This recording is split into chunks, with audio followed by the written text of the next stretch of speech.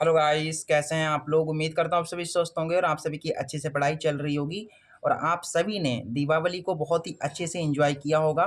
ठीक है। लेकिन अब जो है आपको दीपावली के माहौल से आगे हटना है, आगे बढ़ना है। ठीक है। और आप सभी को पता है कि 2025 बोर्ड एग्जाम के 2-3 महीने रह गए हैं। तो 2-3 महीने में ऐसी तैयारी करनी है, ऐसी पढ़ाई करनी है। ठीक है। कि 95 प्लस तो आ ही जाए सबके। ठीक है। 95 प्लस सबके आ जाएँ बेटा। अगर पढ़ाई अभी नहीं करोगे तो 95 प्लस का जो हम सबका टारगेट है वो छूट जाएगा। ठीक है। आप सभी को पता है कि 95 प्लस आप सभी को दिलाने के लिए मैं अग्रवाल के अनसॉल्वेड पेपर के 2024 के सेट्स को करा रहा हूँ। मैथ के भी करा रहा हूँ और साइंस के भी करा रहा हूँ। रेगुलर आपको क्लासेस मिलती रहेंगी। ठीक है। बस आपको चैनल सब्सक्राइब कर देना है जिससे कि आने वाले वीडियो की नोटिफिकेशन आपको सबसे पहले मिल जाए।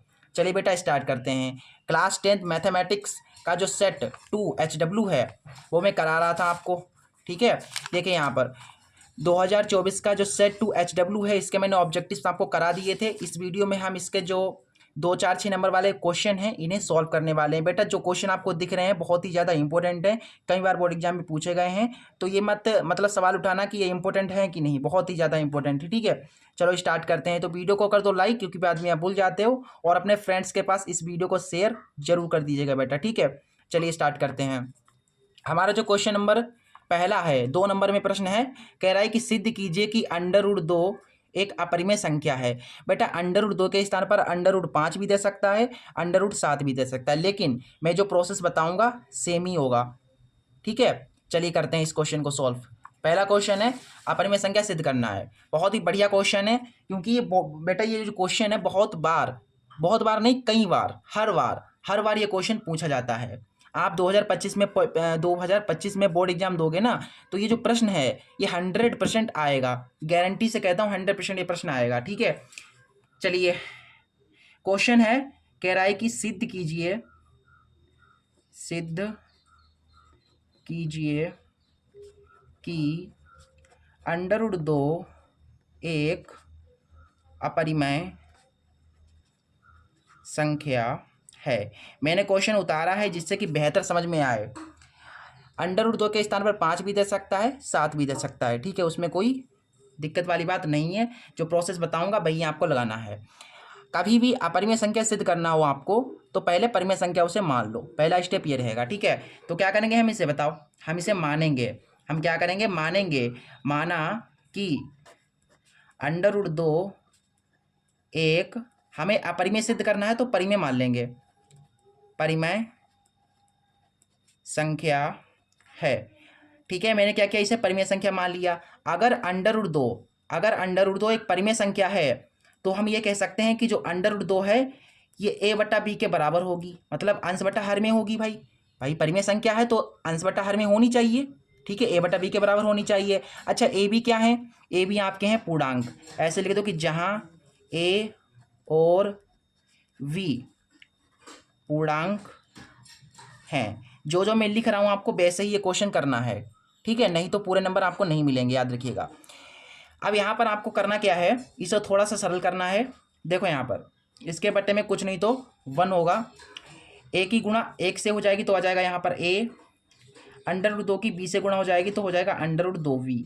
इसे समीकरण पहली मान लीजिए। और यहां पर देखिए मैं आपको जो चीज़ समझा रहा हूं उसको ध्यान से देखिएगा कि अगर अंडर रूट के लेफ्ट साइड या राइट साइड अंडर रूट की संख्या हो, जैसे कि आप देखेंगे कि इधर क्या है, अंडर रूट की संख्या है, तो इस अंडर रूट को हटाने के लिए हमें दोनों तरफ वर्क करना पड़ेगा, तभी ये अंडर रूट हटेगा। ठीक है। तो क्या करेंगे, दोनों तरफ वर्क करने पर, तो लिख दो यहां पर दोनों और वर्ग करने पर। वर्क क्यों कर रहे हैं भाई, क्योंकि हमें अंडर रूट ये हटाना है। तो वर्क करने का मतलब बेटा स्क्वायर लगाना है, तो ए के ऊपर क्या कर देंगे, स्क्वायर लगा देंगे, तो इसका वर्ग हो गया। फिर अंडर रूट 2 वी है, इसका वर्क करना है तो इसका स्क्वायर कर दो। ठीक है।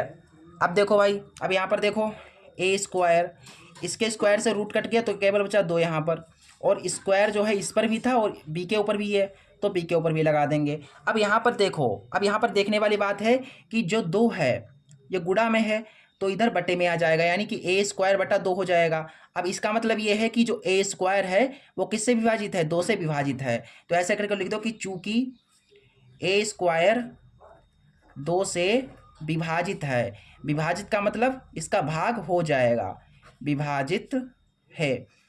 अगर ए स्क्वायर 2 से विभाजित है तो ए भी 2 से विभाजित होगा। ये कैसे, अभी समझा रहा हूँ, रुक जाओ। विभाजित होगा, मैंने आपसे कहा कि ये दो गुणा में था तो बट्टे में आ गया, यानी कि ए स्क्वायर 2 से विभाजित है। अगर ए स्क्वायर 2 से विभाजित है तो केवल ए भी 2 से विभाजित होगा। देखो यहाँ पर ये कैसे है, जैसे मैंने आपसे कह दिया कि 4 का स्क्वायर जो है वो 2 से विभाजित है। करके देखते हैं, 4 का स्क्वायर करेंगे 16, और 16 देखो कट गया, 2 अट्ठे 16 आ गया। अब देखो 4 का स्क्वायर अगर 2 से विभाजित है तो केवल 4 भी 2 से विभाजित होना चाहिए। देखो 4 भी कट रहा है 2 से। कहने का मतलब ये है कि स्क्वायर अगर 2 से विभाजित है, ठीक है, तो वो संख्या भी 2 से विभाजित होगी। ठीक है, इसी प्रकार से हम ये कह सकते हैं कि ए स्क्वायर 2 से विभाजित है, इसलिए ए भी 2 से विभाजित होगा। ठीक है, अब इतने से हमारा काम नहीं बना है, अभी हमें पूरे नंबर नहीं मिलेंगे, थोड़ा और इसमें कुछ करना पड़ेगा। अब हम क्या करते हैं, इसमें थोड़ा और मान लेते हैं कि माना यहाँ पर समीकरण फर्स्ट में देखिए ए बराबर 2 के मान लिया, और के क्या है, जहाँ के कोई पूर्णांक है, के कोई धन पूर्णांक है, ठीक है। अब देखो a बराबर 2 के मैंने माना है, ठीक है, a बराबर 2 के मैंने माना। अब आप समीकरण फर्स्ट में देखो a बराबर हमें ये दे रखा है, तो इस a के स्थान पर हम ये चीज़ लिख देंगे। तो जैसे लिख दो कि समीकरण फर्स्ट से जो स्टेप्स मैं कर रहा हूँ आपको वो करने पड़ेंगे, ठीक है। इस वाले a के स्थान पर हम √2v लिख देंगे, और बराबर में इधर क्या है तुम्हारे पास 2 के है। अब देखो मैंने आपको बताया कि बराबर के लेफ्ट साइड या राइट साइड अंडर रूट की संख्या आपको दिखे तो दोनों तरफ वर्क करना है। तो इधर अंडर रूट की संख्या है राइट साइड लेफ्ट साइड, तो दोनों तरफ वर्क कर देंगे। ठीक है, तो लिखो कि दोनों ओर वर्क करने पर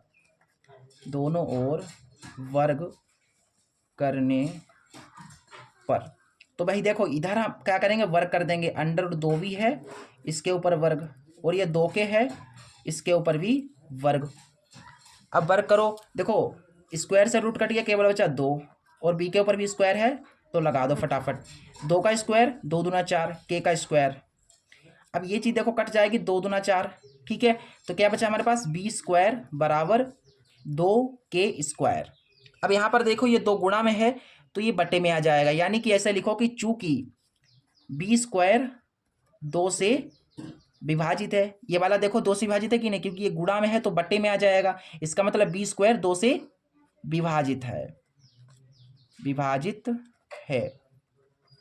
अगर बी स्क्वायर 2 से विभाजित है तो केवल बी भी 2 से विभाजित होगा, बी भी 2 से ये गलत लिख गया, विभाजित होगा। ठीक है, समझ गए बात को। अब इतना काम करना था आपको, आपका सवाल हो गया है। अब आपको छोटी सी स्टेटमेंट लिखनी है, देखो मैं बता रहा हूँ। आपने देखा कि ए स्क्वायर 2 से विभाजित है, ठीक है, और बी स्क्वायर भी 2 से विभाजित है। या ऐसे समझ जाओ, ऐसे समझ लो कि जो ए है, ए किससे विभाजित है, 2 से विभाजित है, और बी भी 2 से विभाजित है। इसका मतलब क्या है कि ए और बी का जो HCF है वो कितना है, 2 है। क्यों 2 है भाई, क्योंकि इनका HCF एक ही है। ए भी 2 से कट रहा है और बी भी 2 से कट रहा है, यानी कि ए और बी का HCF 2 है। तो ऐसा कर लेते हो कि चूंकि ए और बी, ठीक है, ए और बी जो है इसका जो HCF है, ऐसे करके लिखो। देखो गलत लिख गया तो आगे पेज में आपको बता रहा हूँ, रुक जाओ। यहाँ पर देख लो, चूंकि HCF किनका, ए और बी का कितना है, 2 है, ठीक है, 2 है, जो कि 1 नहीं है, क्योंकि इनका HCF 1 होना चाहिए था, तभी एक अपरिमेय संख्या होती। ठीक है लेकिन इनका HCF कितना आ रहा है, 2 आ रहा है, क्योंकि आप जानते हो अपरिमेय संख्याएं जो होती हैं उनका HCF 1 होता है, लेकिन इसका HCF तो 2 आ गया। यानी कि यह कह सकते हैं कि √2 एक अपरिमेय संख्या होगी। ठीक है, अतः √2 एक अपरिमेय संख्या होगी। ठीक है भाई, समझ गए, क्योंकि इनका HCF अगर 1 आ जाता ठीक है, तो हम ये कह सकते थे, लेकिन इसका ऐसे भाई 2 आया। इस तरीके से इस क्वेश्चन को हमें करना था। आशा करता हूँ आपको ये क्वेश्चन समझ में आ गया होगा। इसके बाद इसका सेकंड क्वेश्चन देखिए। इसका जो सेकंड क्वेश्चन है, ठीक है, वो क्या कह रहा है।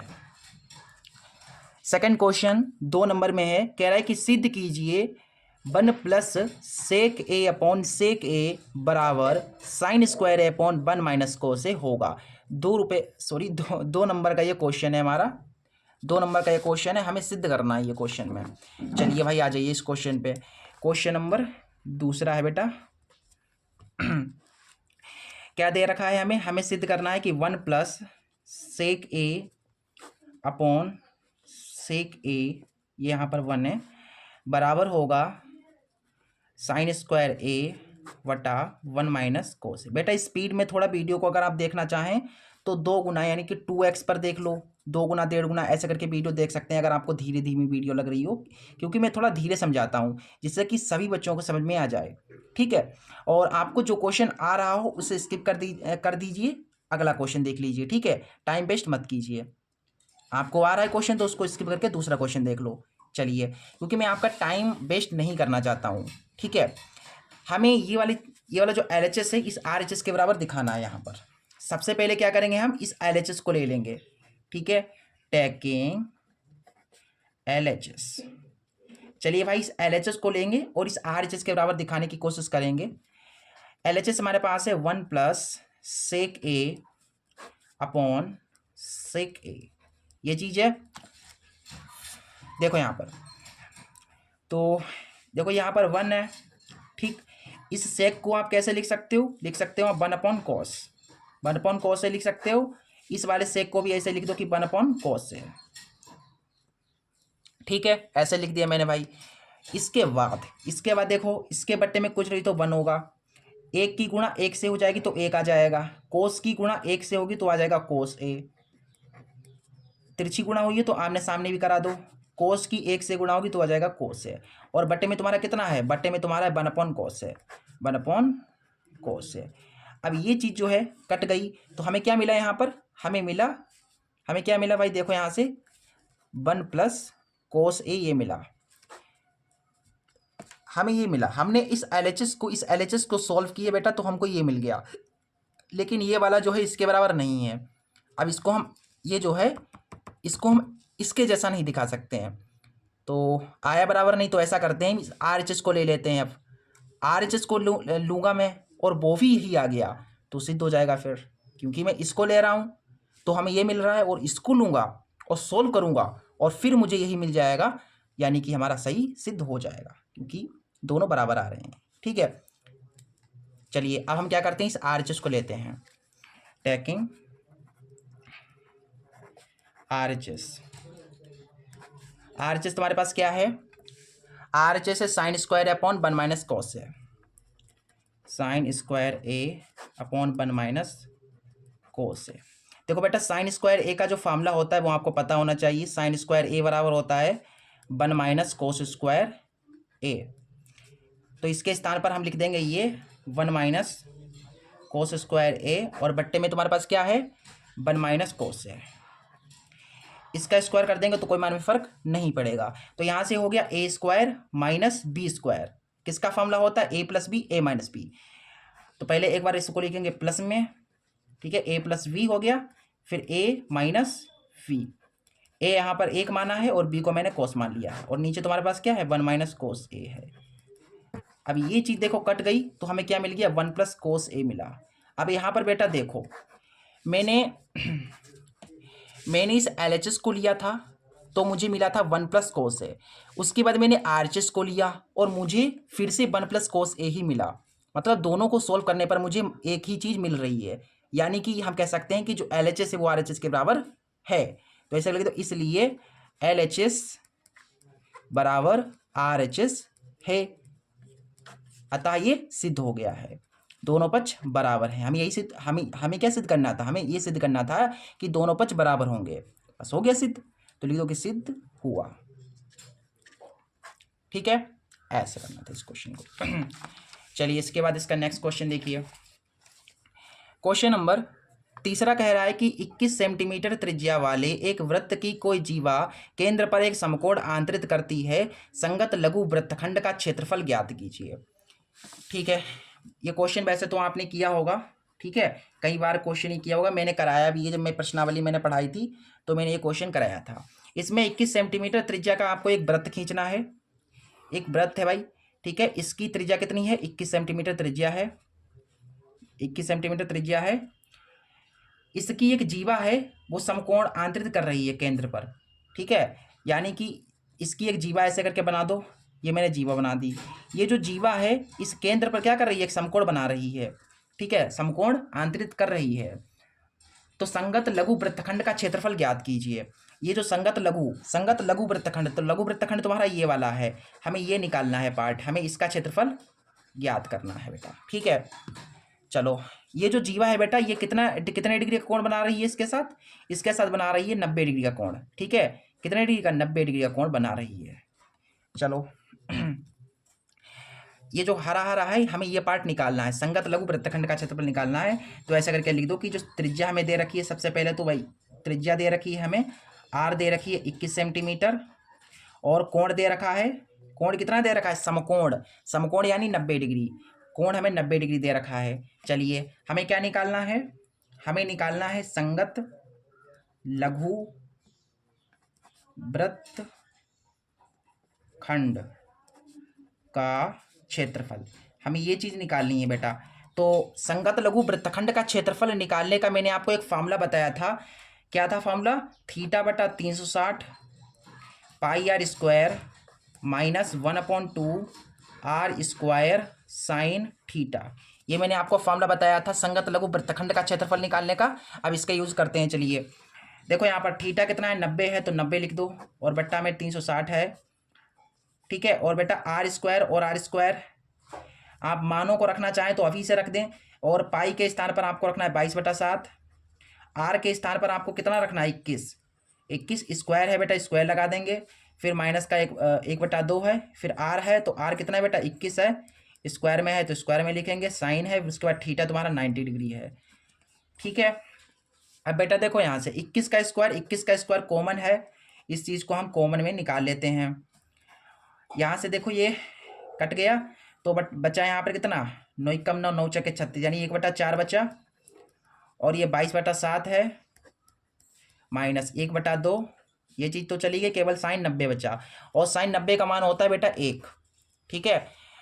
अब इसको थोड़ा सा सरल करो, 21 है और 21 का स्क्वायर कर लो, 21 गुणा 21 कितना आएगा बताओ, 21 का 21 से करेंगे, 21 कम 21, 21 दूना 42, 1 2 2 4, 441 आएगा, और ये कट जाएगा, देखो 2 कम 2, 2 कम 2, 2 दूना 4, 11 कम 11, और 2 सते 14, और यहाँ से देखो 1/2 की 1 से गुणा कराओगे तो मुझे मिलेगा 1/2, फिर देखो 441 है, फिर इसको सरल करो थोड़ा सा, इसकी गुणा इधर करा दो तो हो जाएगा 11 दूना 22, 14 कम 14, और 14 दूनी 28, फिर तुम्हें यहाँ से मिला 441, 22 में से 14 चले गए तो 6 7 8, 8/28 बचा, तो काटें अगर तो 4 दूना 8, 4 सते 28, ठीक है, और इसे काटना चाहें तो 7 छंगे 42, 43 44, 2 बचे, 7 या 21, और 63 बचा, और गुणा में 2 बचा, 63 दूना कितना हो जाएगा, 2 3 6, 2 छंगे 12, 126 सेंटीमीटर स्क्वायर, और ये होगा तुम्हारा आंसर। आसान सा क्वेश्चन था, हमने बड़ी ही आसानी से इस क्वेश्चन को कर लिया बेटा, समझ में आ गया।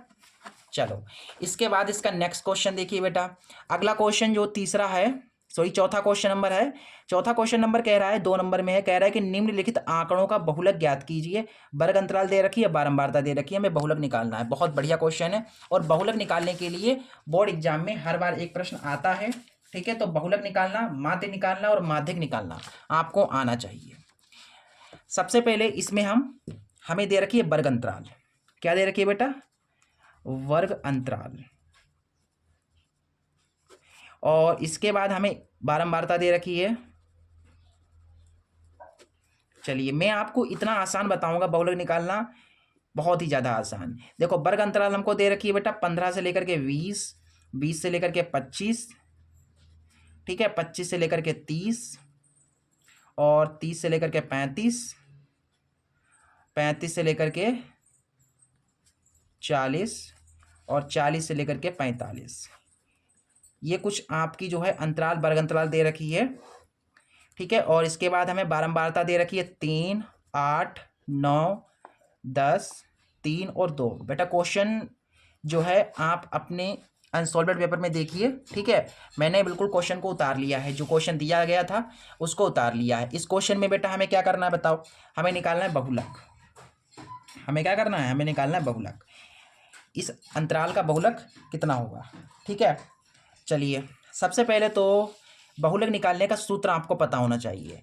सूत्र नहीं पता होगा कुछ नहीं कर पाओगे, ठीक है। आपको केवल सूत्र याद कर लेना है। देखिए बहुलक निकालने का सूत्र होता है बहुलक बराबर L plus F1 minus F0 बटा 2F1 minus F0 minus F2, ये ब्रैकेट में होता है, और इंटू H।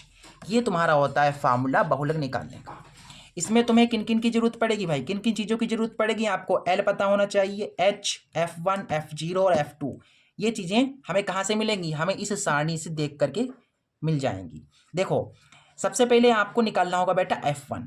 इनमें सबसे पहले आपको F1 निकालना है। अगर आपने F1 निकालना सीख लिया तो सभी, ठीक है, सभी आप आराम से निकाल लोगे सभी मानों को। सबसे पहले देखो F1।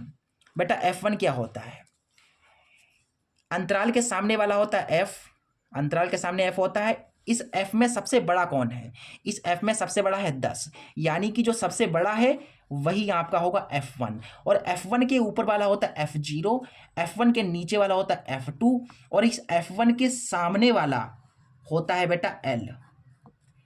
F1 के सामने कौन है, 30 है, यानी कि L तुम्हारा हो जाएगा 30।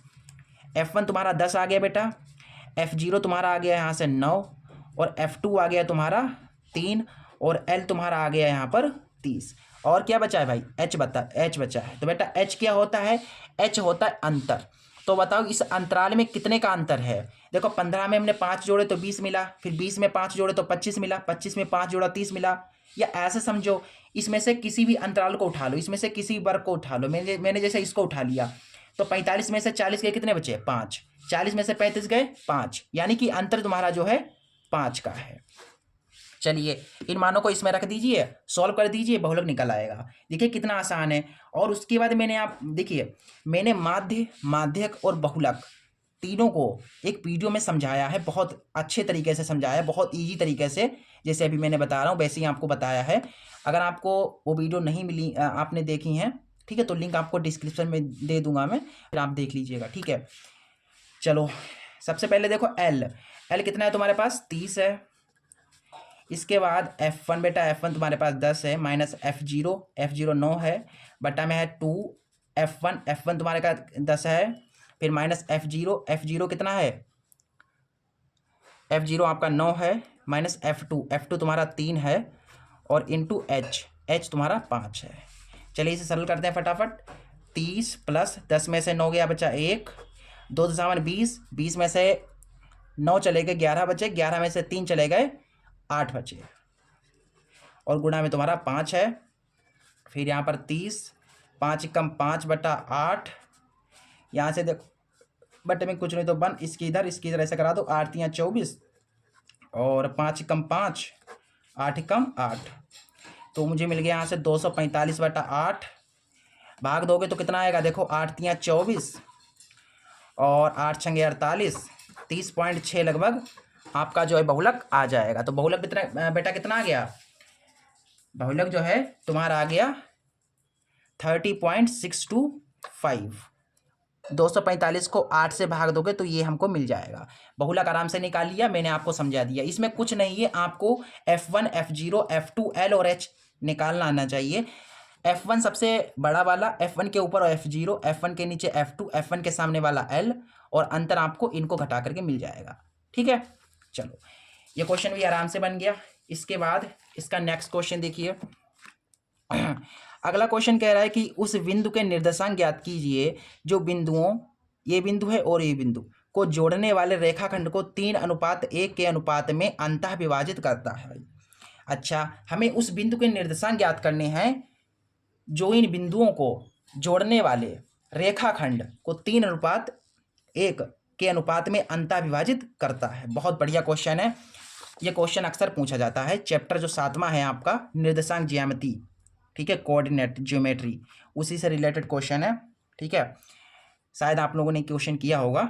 इसमें आपको सबसे पहले तो 2 बिंदु दे रखे हैं, ठीक। एक बिंदु ये है आपका 4, और दूसरा बिंदु आपका है यहाँ पर 8, 5। इन 2 बिंदुओं को जोड़ने वाला रेखाखंड, तो इनको जोड़ने वाला मैंने रेखाखंड बना दिया। इस रेखाखंड को एक बिंदु है, ठीक है, इस देखो बेटा, इस रेखाखंड पर एक बिंदु है, मान लेता हूँ यहाँ पर एक बिंदु है। ये जो बिंदु है इस रेखाखंड को 3:1 के अनुपात में विभाजित कर रहा है। मतलब यहाँ से लेकर के यहाँ तक 3 है और यहाँ से लेकर के यहाँ तक 1 है, ठीक है। इतना पार्ट 3 है और इतना पार्ट 1 है। ये वाला जो बिंदु है बेटा, इन दोनों बिंदुओं को 3:1 के अनुपात में क्या कर रहा है, विभाजित कर रहा है। तो ये वाला जो बिंदु है, इस बिंदु के हमें निर्देशांक ज्ञात करने हैं। ये वाला बिंदु, इसको मान लेता हूँ मैं C, और C यानी x, y हमें ज्ञात करना है। यहाँ का बिंदु हमें ज्ञात करना है। x वाला निकाल लेंगे और y वाला निकाल लेंगे निर्देशांक, तो आराम से ये मुझे मिल जाएगा। ये C माना है तो इसे A और B मान लो। हमें ये बीच वाला जो बिंदु है ये निकालना है। हमें यहाँ पर देखो अनुपात दे रखा है, यहाँ पर अनुपात हमें दे रखा है 3:1।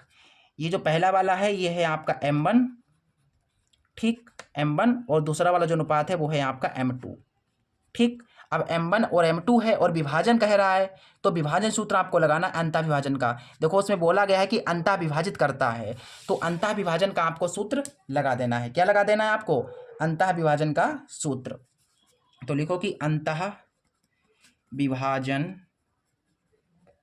के सूत्र से, बेटा अंतः विभाजन का जो सूत्र होता है वो क्या होता है, ये वाला जो x निर्देशांक है इसको निकालने के लिए x बराबर m1 x2 plus m2 x1 upon m1 plus m2, ठीक है। और इस y वाले को निकालने के लिए y बराबर m1 y2 plus m2 y1 upon m1 plus m2। ये 2 फार्मूले होते हैं अंतः विभाजन के, ये x कोऑर्डिनेट निकालने के लिए और ये y कोऑर्डिनेट निकालने के लिए, ठीक है। सबसे पहले x पे आते हैं। x बराबर m1 आपका कितना है बेटा, 3 है। x2 ये कहाँ से मिलेगा, देखो ये पहला वाला x1, ये y1, ये x2 और ये y2, ठीक है। तो x2 तुम्हारे पास 8 है, m2 कितना है, 1 है, और x1 तुम्हारा 4 है, बेटा m1 कितना है बेटा, 3 है, m2 तुम्हारा 1 है। फिर इसके बाद y को भी निकालो साथ ही साथ, m1 3 है और y2 तुम्हारा 5 है, ऊपर देखिए यहाँ पर। फिर इसके बाद प्लस, फिर है m2 1 है, y1 तुम्हारा -3 है, बटा 3 + 1। तो पहले x पर आ जाओ, 8 × 24, 4 × 4 और बटा में 3 और 1 4। y को देखो 53 15 प्लस माइनस 3 × 3 और 3 और 1 4, ठीक है। सॉल्यूशन तो आपको करना आता ही होगा।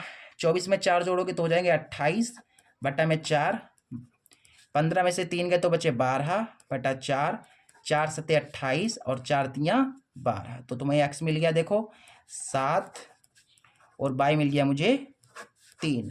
तो बिंदु तुम्हारा क्या आ गया, हमें कौन सा बिंदु निकालना था बेटा, हमें बिंदु C निकालना था। और इस बिंदु C को मैंने x, y माना था, तो मैंने x का निकाल लिया मान 7 और y का निकाल लिया 3। तो ऐसे कर लेते, अतः वह बिंदु C हमें क्या माना था, x, y माना था। तो देखो यहाँ से x कितना आया, 7 आया, कामा y आया 3। तो तुम्हारा बिंदु कितना हो जाएगा, 7, 3 हो जाएगा। ये वाला बिंदु जो है इन दोनों बिंदुओं को 3:1 में विभाजित कर रहा है। इस तरीके से आपको ये क्वेश्चन करना था और बहुत ही आसानी से, ठीक है, बिल्कुल मक्खन की तरह आराम से बन गया।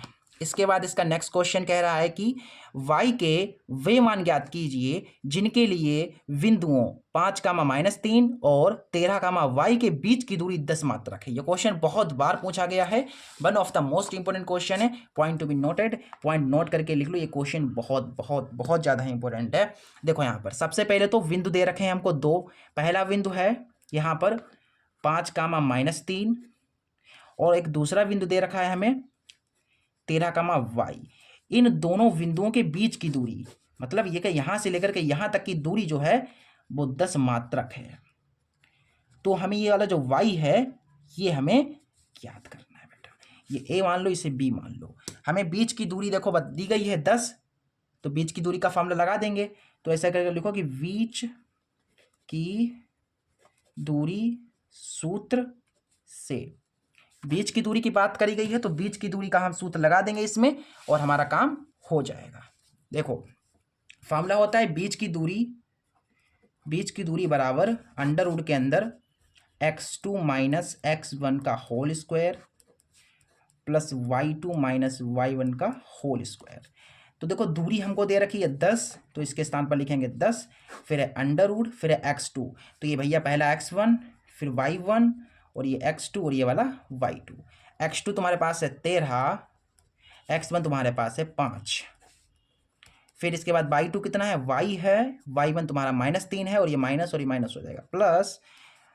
तो ये चीज़ तुमको मिल गई, ठीक। तो यहाँ से तुमको मिला 10 बराबर अंडर रूट के अंदर 13 में से 5 के तो कितने बचे, 8 प्लस y प्लस 3 का होल स्क्वायर। मैंने आपको बताया कि बराबर के लेफ्ट साइड या राइट साइड अंडर रूट की संख्या दिखे तो आपको दोनों तरफ वर्क करना है। इधर अंडर रूट दिख रहा है तो इसको हटाने के लिए, इस अंडर रूट को हटाने के लिए हमें दोनों तरफ वर्क करना पड़ेगा।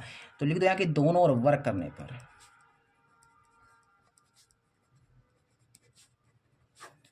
देखो इधर भी वर्क करना है 10 के ऊपर भी, और जो अंडर रूट के अंदर दे रखा है 8 का स्क्वायर प्लस y प्लस 3 का होल स्क्वायर, इधर भी वर्ग कर देना है। वर्क करेंगे तो रूट कट जाएगा, यहाँ से हो जाएगा 10×100, 8×8 = 64।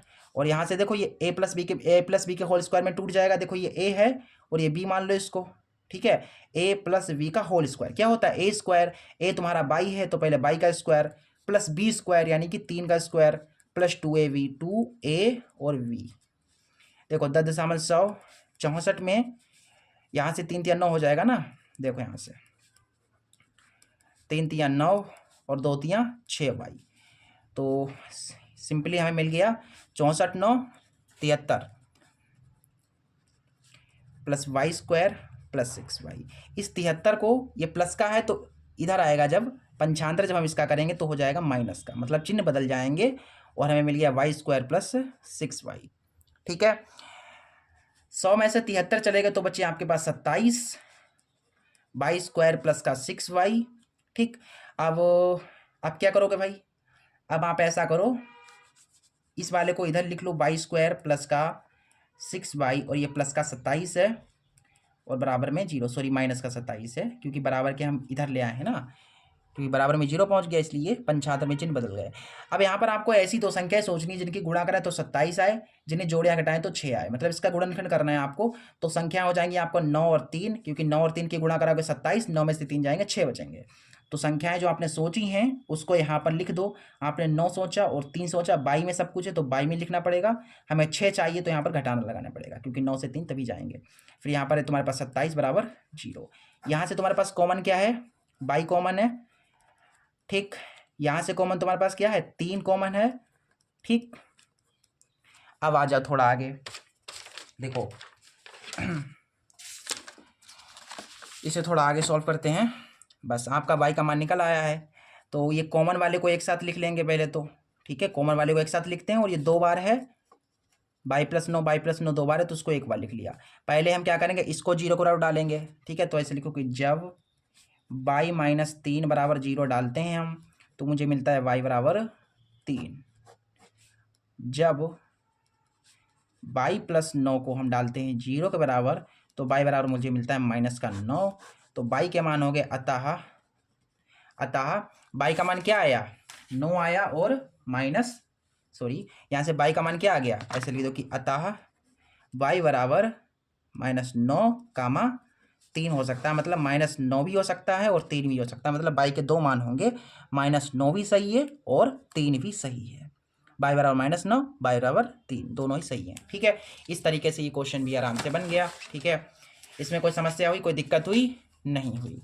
आगे भी क्वेश्चन आराम से करेंगे, बिल्कुल धीरे धीरे। 2 नंबर के क्वेश्चन जितने थे हमने करा दिए। अब देखो 4 नंबर के क्वेश्चन स्टार्ट हैं, उसके बाद 6 नंबर के। 4 नंबर वाले थोड़े लेंदी होंगे।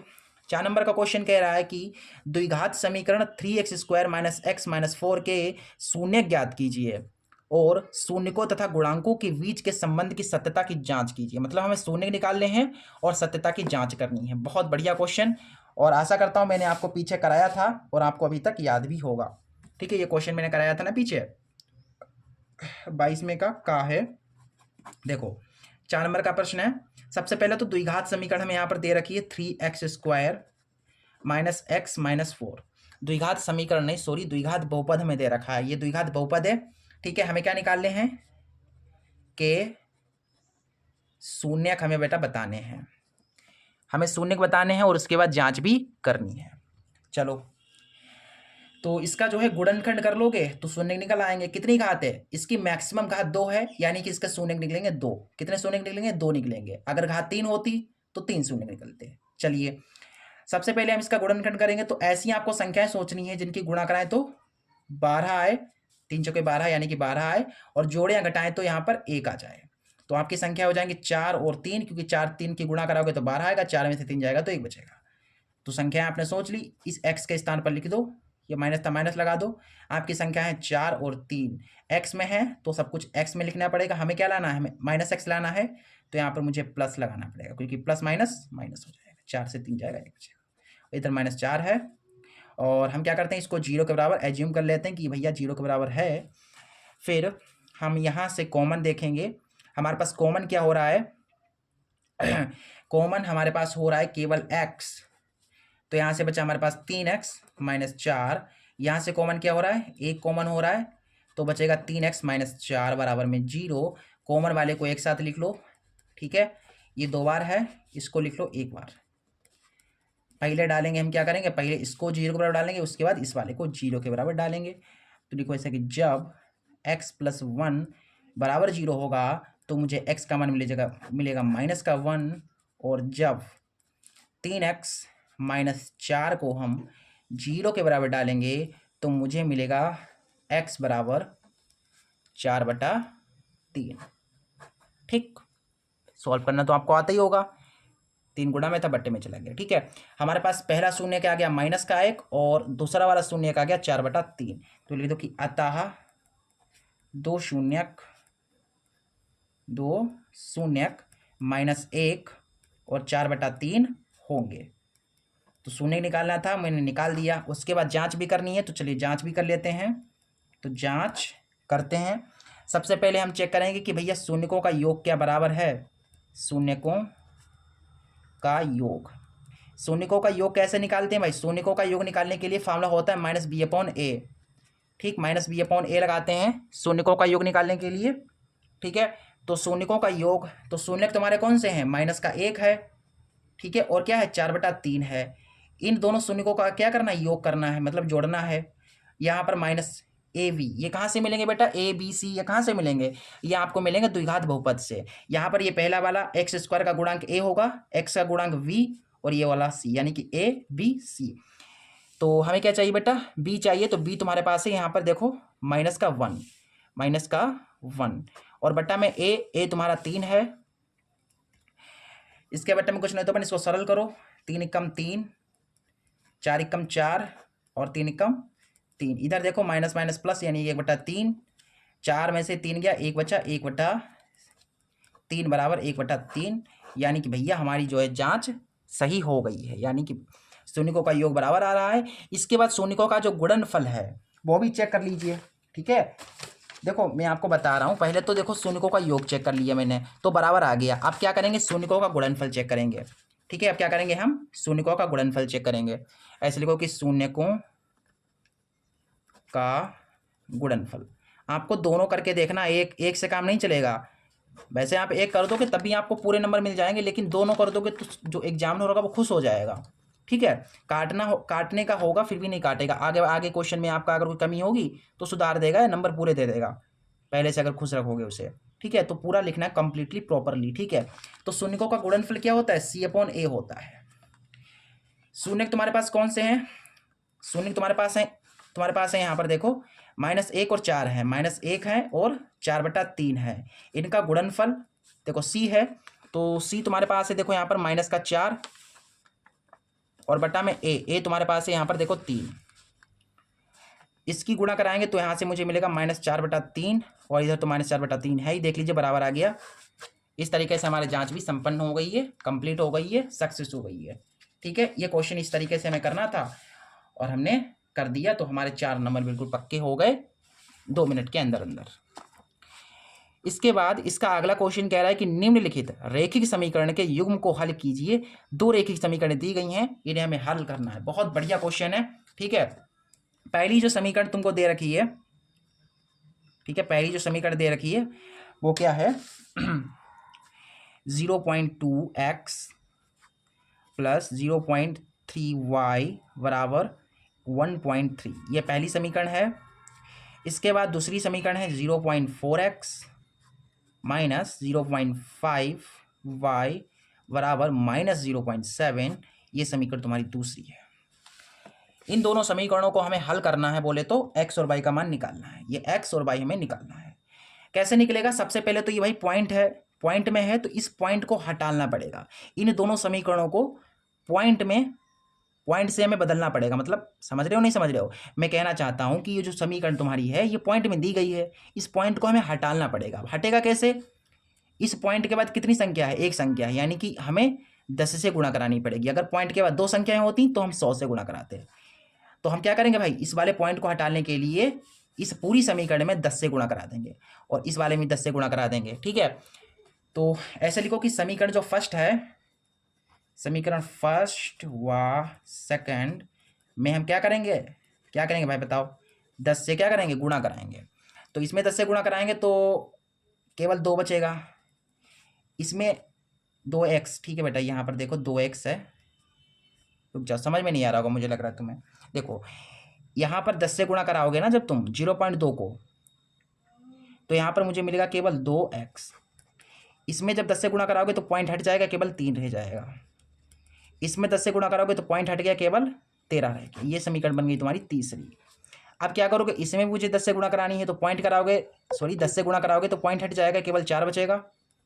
इसमें 10 से गुणा कराओगे तो पॉइंट हट गया, केवल 5 बचा।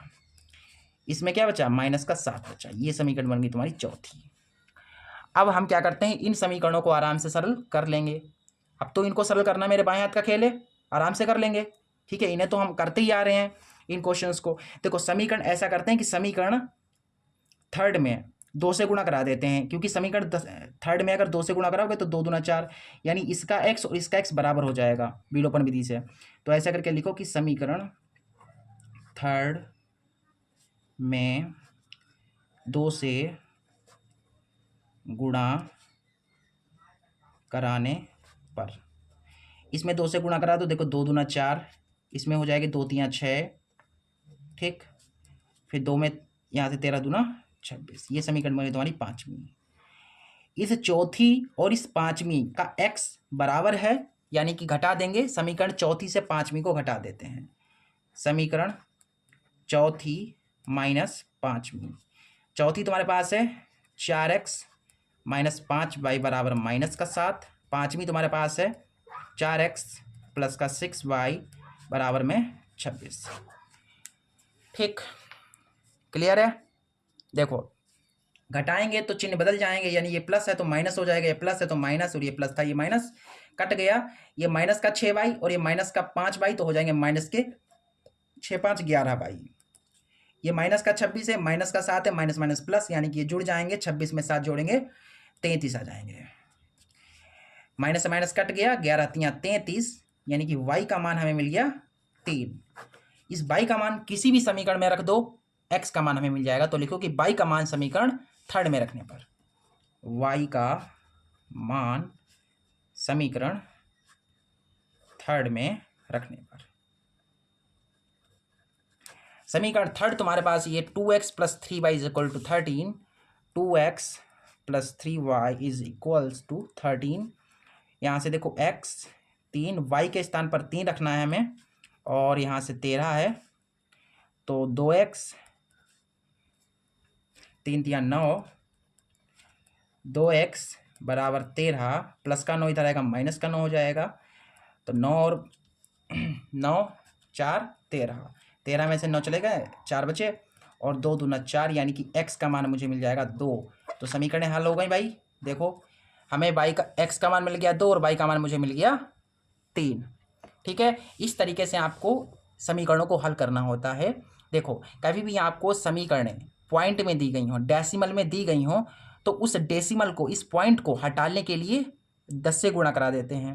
जैसे पॉइंट के बाद एक संख्या थी तो मैंने 10 से कराया, अगर पॉइंट के बाद 2 संख्याएं होती, जैसे यहाँ पर 2 संख्याएं होती तो हम 100 से गुणा कराते, 3 संख्याएं होती तो 1000 से गुणा कराते, मतलब इस तरीके से। ठीक है, कॉन्सेप्ट समझ में आ गया। चलो इसके बाद इसका नेक्स्ट क्वेश्चन देखिए।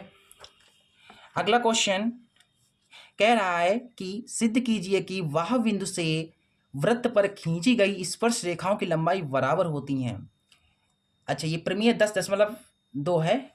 ठीक है, ये हमें सिद्ध करना है।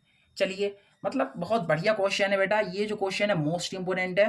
क्या है भैया? मोस्ट इंपोर्टेंट क्वेश्चन है, लिख दे रहा हूं मैं, मोस्ट इंपोर्टेंट फॉर 2025।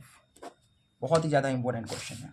देखो सबसे पहले कहा गया है कि किसी वृत्त पर, किसी वृत्त, जैसे ये वृत्त बना लिया मैंने, इस वृत्त पर अगर आप किसी बाहरी बिंदु से, कहा गया है देखो किसी वह बिंदु से वृत्त पर खींची गई स्पर्श रेखाओं की लंबाई बराबर होती है। जैसे ये वृत्त है तो वृत्त का कोई बाहरी बिंदु, जैसे मैंने ले लिया बाहरी बिंदु ये वाला, इस बिंदु से अगर आप इस वृत्त पर स्पर्श रेखाएं खींचेंगे, जैसे ये स्पर्श रेखा खींची और एक मैंने स्पर्श रेखा ये खींच दी, तो ये दोनों स्पर्श रेखाएं कैसी हैं? बराबर हैं। अगर ये इसकी लंबाई 10 है तो इसकी लंबाई भी 10 ही होगी। हमें ये सिद्ध करके दिखाना है कि ये दोनों स्पर्श रेखाएं बराबर हैं, इन दोनों स्पर्श रेखाओं की लंबाई बराबर है। चलिए देखिए यहाँ पर कैसे करेंगे। यहाँ पर इस वृत्त का एक केंद्र हुआ, ठीक है, और ये वाला स्पर्श बिंदु है और ये वाला स्पर्श बिंदु है भाई। इन बिंदुओं को मिला दो, ठीक है, इसको मैंने इससे मिला दिया, इस वाले बिंदु को इससे मिला दिया, और यहाँ से मैंने ये मिला दिया इसको। ठीक है, आपको पता है ये त्रिज्या है और ये त्रिज्या है।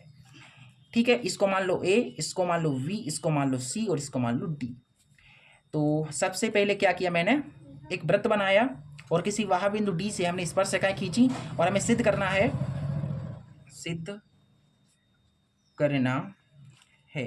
हमें सिद्ध करना है कि यहाँ से ये जो स्पर्श रेखा AD है और ये जो स्पर्श रेखा DC है ये बराबर होंगी दोनों, मतलब AD जो है वो DC के बराबर है। ठीक है, ये हमें सिद्ध करना है बेटा। देखो ये क्वेश्चन कई बार आएगा और मुझे उम्मीद है, ठीक है, मुझे विश्वास है कि ये जो है 2025 के लिए इंपॉर्टेंट है, आ सकता है। ठीक है, कंप्लीट जरूर कर लीजिएगा। हमें ये स्पर्श रेखाएं, हमें स्पर्श रेखाओं की लंबाई बराबर दिखानी है। इसके लिए हम क्या करेंगे, इस वाले त्रिभुज को इस वाले त्रिभुज के सर्वांग दिखा देंगे। अगर सर्वांग दिखा देंगे तो इसके सभी अंग बराबर हो जाएंगे, तो ये वाला भी इसके बराबर हो जाएगा। तो हमारा अल्टीमेट टारगेट ये है कि इस वाले त्रिभुज को इस वाले त्रिभुज के सर्वांग दिखाना। कैसे दिखाएंगे? सबसे पहले देखो यहाँ पर सर्वप्रथम जो है सर्वांग दिखाने के लिए आपको 2 भुजाएं बराबर दिखानी होंगी और एक कोण बराबर दिखाना होगा। तो आप देखिए त्रिभुज ABD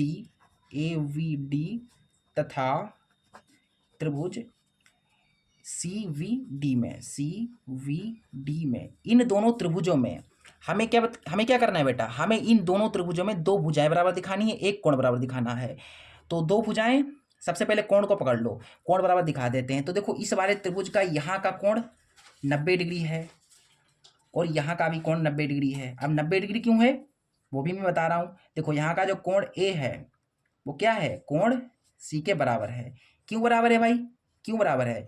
क्योंकि प्रमेय 10.1 से, प्रमेय 10.1 कहती है कि वृत्त की जो त्रिज्या होती है वो स्पर्श बिंदु पर क्या होती है, लंबवत होती है, 90 डिग्री बनाती है। तो यहाँ पर 90 डिग्री बनेगा। ठीक है, तो यानी कि ये समझ लो कि 90 डिग्री बराबर 90 डिग्री आ गया, ये लिखने की जरूरत नहीं है। बस हमने एक कोण बराबर दिखा दिया। अब हमें क्या करना है, हमें 2 भुजाएं बराबर दिखानी है। तो 2 भुजाएं कैसे दिखाओगे बराबर, देखो ए वी क्या है बेटा, ये त्रिज्या है और ये वाली भी तो त्रिज्या है, यहाँ से लेकर के यहाँ तक ये त्रिज्या है, तो ये वाली भी त्रिज्या है, यानी कि ये ए वी जो है वो बी सी के बराबर है।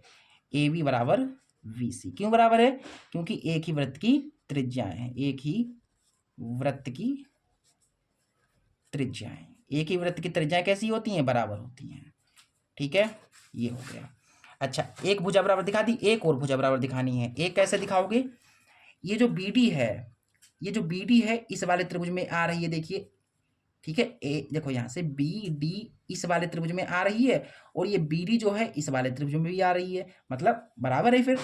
इसलिए जो वी डी है वो किसके बराबर है, वी डी के बराबर है। क्यों बराबर है, क्योंकि उभयनिष्ठ भुजा है। उभयनिष्ठ का मतलब क्या होता है, जो दोनों तरफ, जो दोनों त्रिभुजों में हो, उभयनिष्ठ भुजा। ठीक है, बी डी इस वाले त्रिभुज में भी आ रही है, इस वाले त्रिभुज में भी आ रही है, इसलिए बराबर होगी। अब हमने क्या किया, हमने दो भुजाएं बराबर दिखा दी, एक कोण बराबर दिखा दिया। अगर ऐसा मैंने कर दिया, इसलिए आर एच एस से, आर एच एस से क्या होगा, ये दोनों त्रिभुज हो जाएंगे सर्वांग सम। अब दोनों त्रिभुज सर्वांग सम हो गए तो हमारा काम हो गया। त्रिभुज ए बी डी जो है वो त्रिभुज सी बी डी के बराबर है, बराबर नहीं सर्वांग सम है। सर्वांग सम हमने सिद्ध कर दिया। अगर सर्वांग सम है then why C P C T corresponding parts of congruent triangle. अगर दो त्रिभुज सर्वांग सम है तो सीपीसीटी कहती है कि उनकी सभी भुजाएं बराबर होंगी, उनके सभी पार्ट बराबर होंगे। यानी कि ये जो ए वी है इस बी सी के बराबर होगा, ये जो बी डी है इस बी डी के बराबर होगा, और जो ए डी है वो डी सी के बराबर होगा। इसलिए हम कह सकते हैं जो ए डी है वो किसके बराबर है, डी सी के बराबर है। हमें यही सिद्ध करना था, आराम से मैंने कर दिया, सिद्ध हुआ। ठीक है बेटा, कभी भी आपको स्पर्श रेखाओं की लंबाई बराबर दिखानी हो तो सबसे पहले आपको उन्हें सर्वांग सम दिखाना पड़ेगा, उन दोनों त्रिभुजों को सर्वांग सम दिखाना पड़ेगा, फिर सीपीसीटी लगा देना, आराम से हो जाएगा। इस तरीके से क्वेश्चन भी हमने आराम से बना लिया। अगला क्वेश्चन कह रहा है कि एक त्रिभुज ए बी सी की भुजा बी सी पर एक बिंदु डी इस प्रकार है कि कोण ए डी सी बराबर है कोण वी ए सी के, तो सिद्ध कीजिए कि सी ए का स्क्वायर बराबर होगा सी बी गुणा सी डी। ये क्वेश्चन है। ठीक है, अच्छा क्वेश्चन है, इंपॉर्टेंट क्वेश्चन है। ठीक है, जब मैंने एग्जाम दिया था तो ये क्वेश्चन पूछा गया था। ठीक है, देखो अभी लाइट चली गई तो इसलिए मुझे वीडियो बीच में रोकना पड़ा, उसके लिए आई एम सॉरी, लेकिन मैं जल्दी एक बढ़िया अरेंजमेंट कराऊंगा कि लाइट बीच में ना जाए। ठीक है, चलिए यहाँ पर सबसे पहले एक त्रिभुज ए बी सी बनाना है हमको। ठीक है, एक त्रिभुज ए बी सी सबसे पहले हम बना लेते हैं यहाँ पर। ठीक है, क्वेश्चन आपको स्क्रीन पर ऊपर दिख रहा होगा, वहाँ पर देखिए एक त्रिभुज ए बी सी है। ठीक है, ए बी सी है, तो मैं यहाँ पर ए मान लेता हूँ, यहाँ पर बी मान लेता हूँ और यहाँ पर सी मान लेता हूँ। बताया गया कि बी सी पर एक बिंदु डी है, ये बी सी है, इस पर एक बिंदु डी है यहाँ पर। ठीक है, इस प्रकार है कि कोण ए डी सी बराबर है कोण वी सी के। ठीक है, यहाँ पर दिया है देखो बेटा क्या क्या दिया हमें, यहाँ पर दिया गया है कि कोण ए डी सी बराबर है कोण वी ए सी के। ये कब होगा, जब आप इसको इससे मिला दोगे। ठीक है, ए डी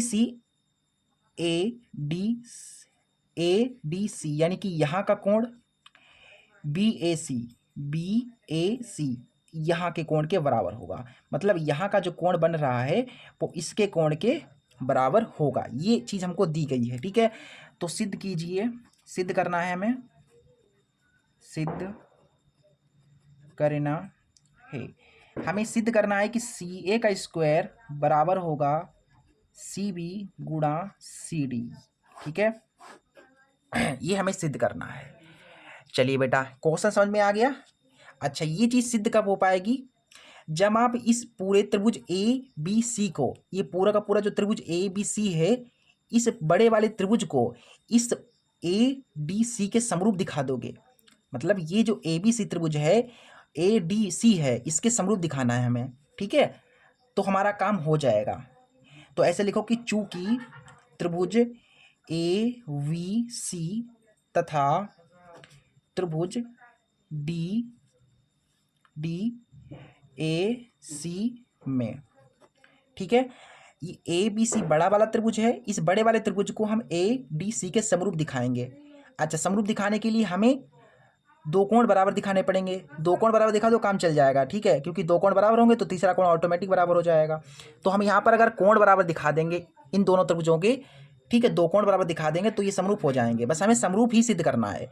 समरूप सिद्ध हो जाएगा तो ये काम हमारा जो ये काम है बहुत आसान हो जाएगा। ठीक है, तो हमें दो कोण बराबर दिखाने हैं। तो सबसे पहले देखिए, जो कोण यहाँ का है वो इस वाले कोण के बराबर है, यानी कि जो ADC है, जो कोण ADC, देखो यहाँ पर कोण ADC है वो कोण BAC के बराबर है। ये तो हमको VAC के बराबर है, ये तो हमको क्या है, दिया गया है। ठीक है, ये तो हमको क्या है, दिया गया है भाई। ठीक है, ये दिया है हमें। अच्छा, एक कोण तो हमने बराबर दिखा दिया, एक और कोण बराबर दिखाना है हमें। तथा तथा आप और चीज़ देख लीजिए कि जो यहाँ का देखो, ये बड़ा वाला त्रिभुज ABC है, ये जो कोण है, ये वाला कोण इस बड़े वाले त्रिभुज में भी आ रहा है और इस छोटे वाले त्रिभुज में भी आ रहा है। यानी कि जो कोण ACV, कोण ACV जो है वो किसके बराबर है, कोण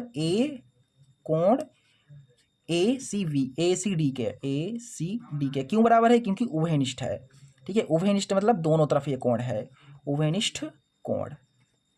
ठीक है, बस अब हमने देखिए दो कोण बराबर दिखा दिए। अब दो कोण बराबर हैं, इसलिए ए नियम से, ए मतलब क्या होता है, एंगल, कोण नियम से, यानी दो कोण बराबर हैं इसलिए ए नियम लगाया।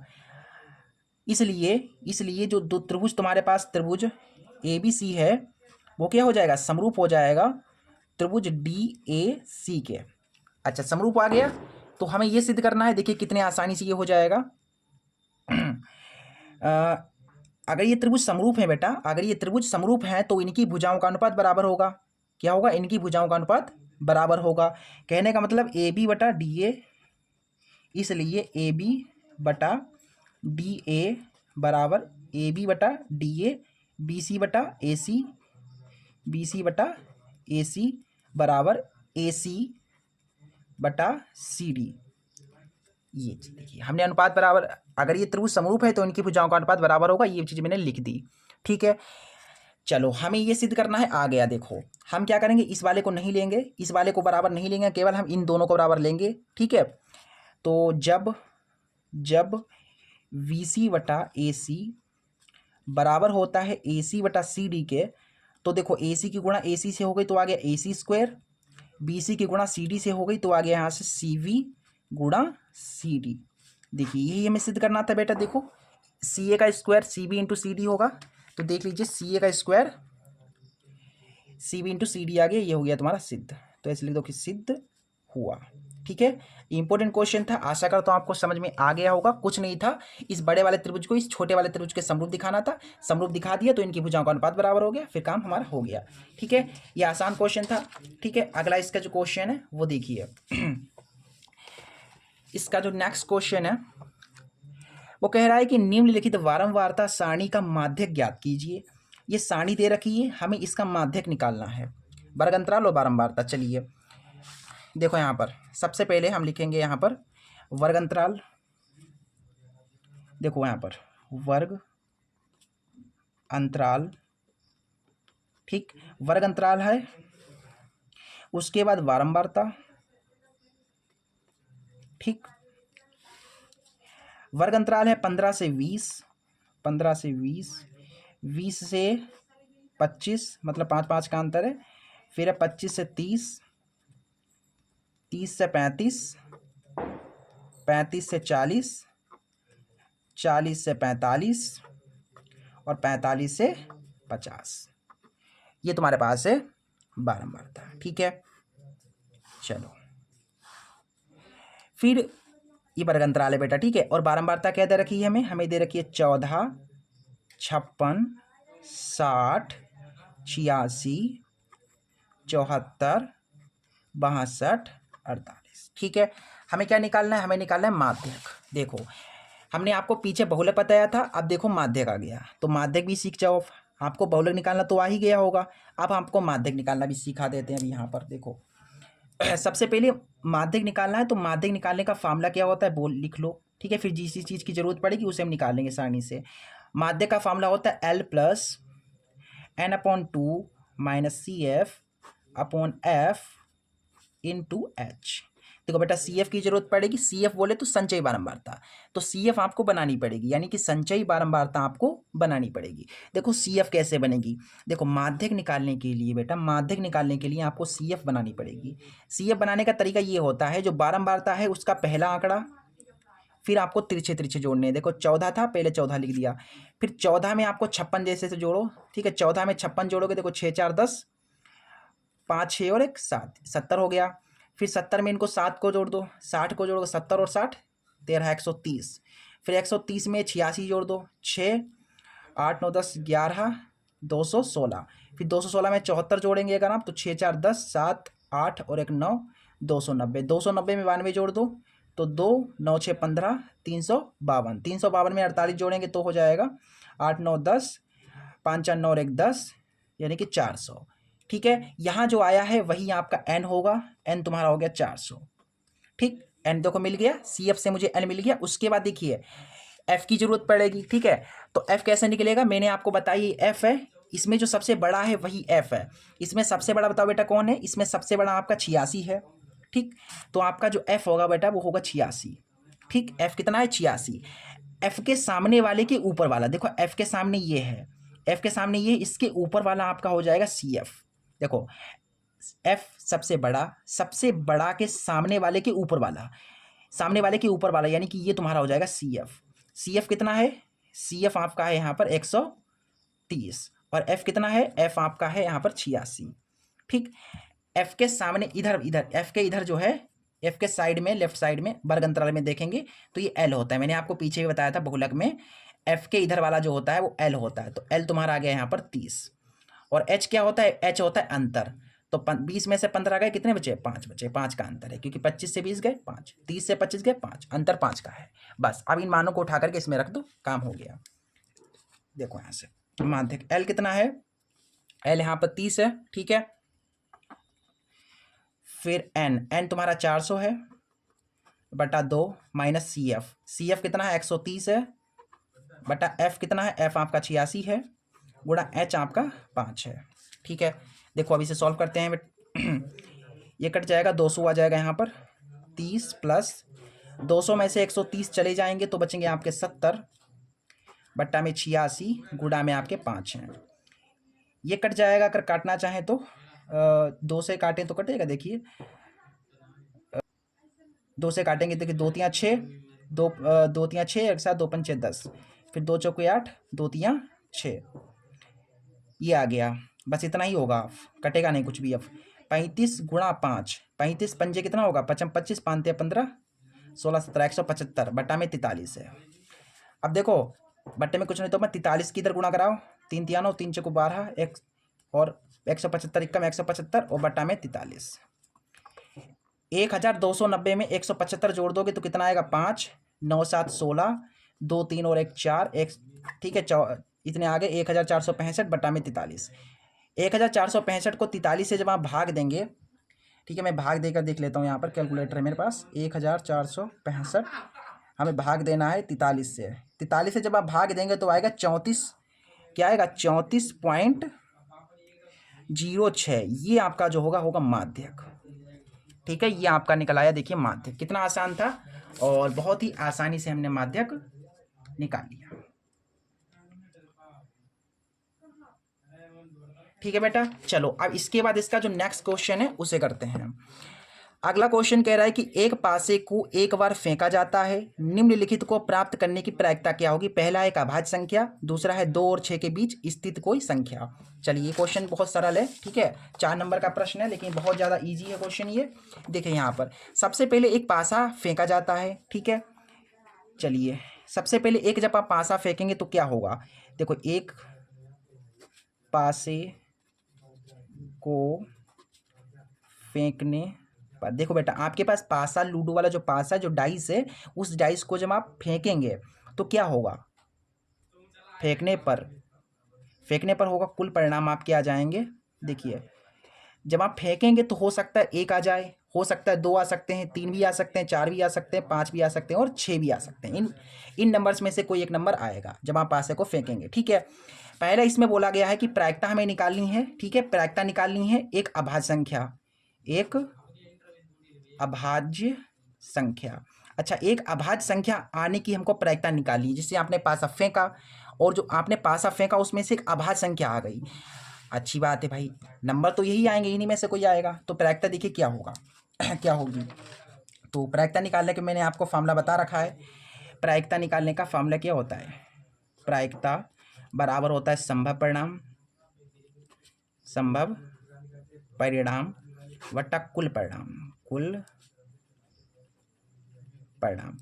संभव परिणाम वही होता है जो आपसे क्वेश्चन पूछा जाता है। आपसे क्वेश्चन पूछा गया एक अभाज्य संख्या, तो इनमें अभाज्य संख्या कौन सी है? अभाज्य संख्या हो जाएगी 2, ठीक, 3 और 5, यानी 3 अभाज्य संख्याएं हैं, ठीक। और कुल परिणाम यानी कुल संख्या कितनी है? 6 है। 3 कम 3, 3 दूना 6, यानी कि तुम्हारा आ गया 1/2। ये हो जाएगा आंसर, ठीक है। इसके बाद इसका सेकेंड पार्ट कौन सा है? इसका सेकेंड पार्ट है कि 2 और 6 के बीच स्थित कोई संख्या, 2 और 6 के बीच स्थित कोई संख्या। अच्छी बात है। देखिए यहाँ पर प्रायिकता क्या होगी? संभव परिणाम बटा कुल परिणाम। तो संभव परिणाम क्या होंगे? 2 और 6 के बीच में। तो 2 और 6 के बीच में क्या है? 1 2 3 है, ठीक है। 3 संख्याएं हैं, 2 और 6 के बीच में देखो 1 2 3 संख्या है, और बटा कुल कितनी है? 6 है। तो देखो 3 कम 3, 3 दूना 6, ये भी कितना आ गया? 1/2 आ गया। ये देखिए आपका हो गया आंसर, और ये वाला हो गया पहले पार्ट का आंसर। कितना आसान था, देखिए हो गया आराम से, ठीक है। इसके बाद इसका नेक्स्ट क्वेश्चन देखिए। अगला क्वेश्चन कह रहा है कि यदि किसी समांतर श्रेणी के प्रथम 8 पदों का योगफल 64 है और इसके प्रथम 17 पदों का योगफल 289 है, तो श्रेणी का प्रथम पद और सार्वंतर ज्ञात कीजिए। ठीक है, ये क्वेश्चन है। चलिए बहुत बढ़िया क्वेश्चन है। क्वेश्चन नंबर है 23वां क्वेश्चन नंबर। सबसे पहले हमें दिया गया है, इसमें दिया है पहली शर्त में हमको बताया गया है कि फर्स्ट कंडीशन जो आपके सामने रखी गई है, प्रथम शर्त से जो पहली कंडीशन है वो कहा गया है कि एक एपी है जिसके 8 पदों का योगफल 64 है। क्या है? 8 पदों का योग कितना है? 64 है, ठीक। योग यानी एसएन हमको दिया गया है, ये 64, ठीक। तो योग की बात करेंगे तो योग का फार्मूला लगा देंगे हम। क्या होता है योग का फार्मूला? एसएन बराबर n/2 bracket 2a plus n-1 into D, ठीक। एसएन कितना है? 64 है। एन होता है पदों की संख्या, कितने पद हैं? 8 हैं, तो 8 हो जाएगा एन, और देखो 2a प्लस एन तुम्हारा 8 है, और देखो ए और डी हमें निकालना है। ए और डी का मतलब क्या है? ए वाले प्रथम पद और डी वाले तो सार्वंतर, ठीक है। हमें प्रथम पद ए और सार्वंतर डी ज्ञात करना है, ठीक है। चलिए देखिए यहाँ से 64, 2 चौके 8, यहाँ पर 4 है, देखो यहाँ से मिल गया मुझे 2a, 8 में से गया 7d, 4 से काटेंगे अगर इसे हम तो 4 एकम 4, 5 4 छंगे 24, यानी कि मुझे मिल गया यहाँ से 2a प्लस का 7d बराबर 16। ये आपकी बन गई समीकरण पहली। इसके बाद उसकी दूसरी जो कंडीशन है, जो द्वितीय शर्त है, वो देखिए। देखो बैकग्राउंड में थोड़ी हो सकता है आपको नॉइज आ रही हो, ठीक है, उसे इग्नोर कीजिए।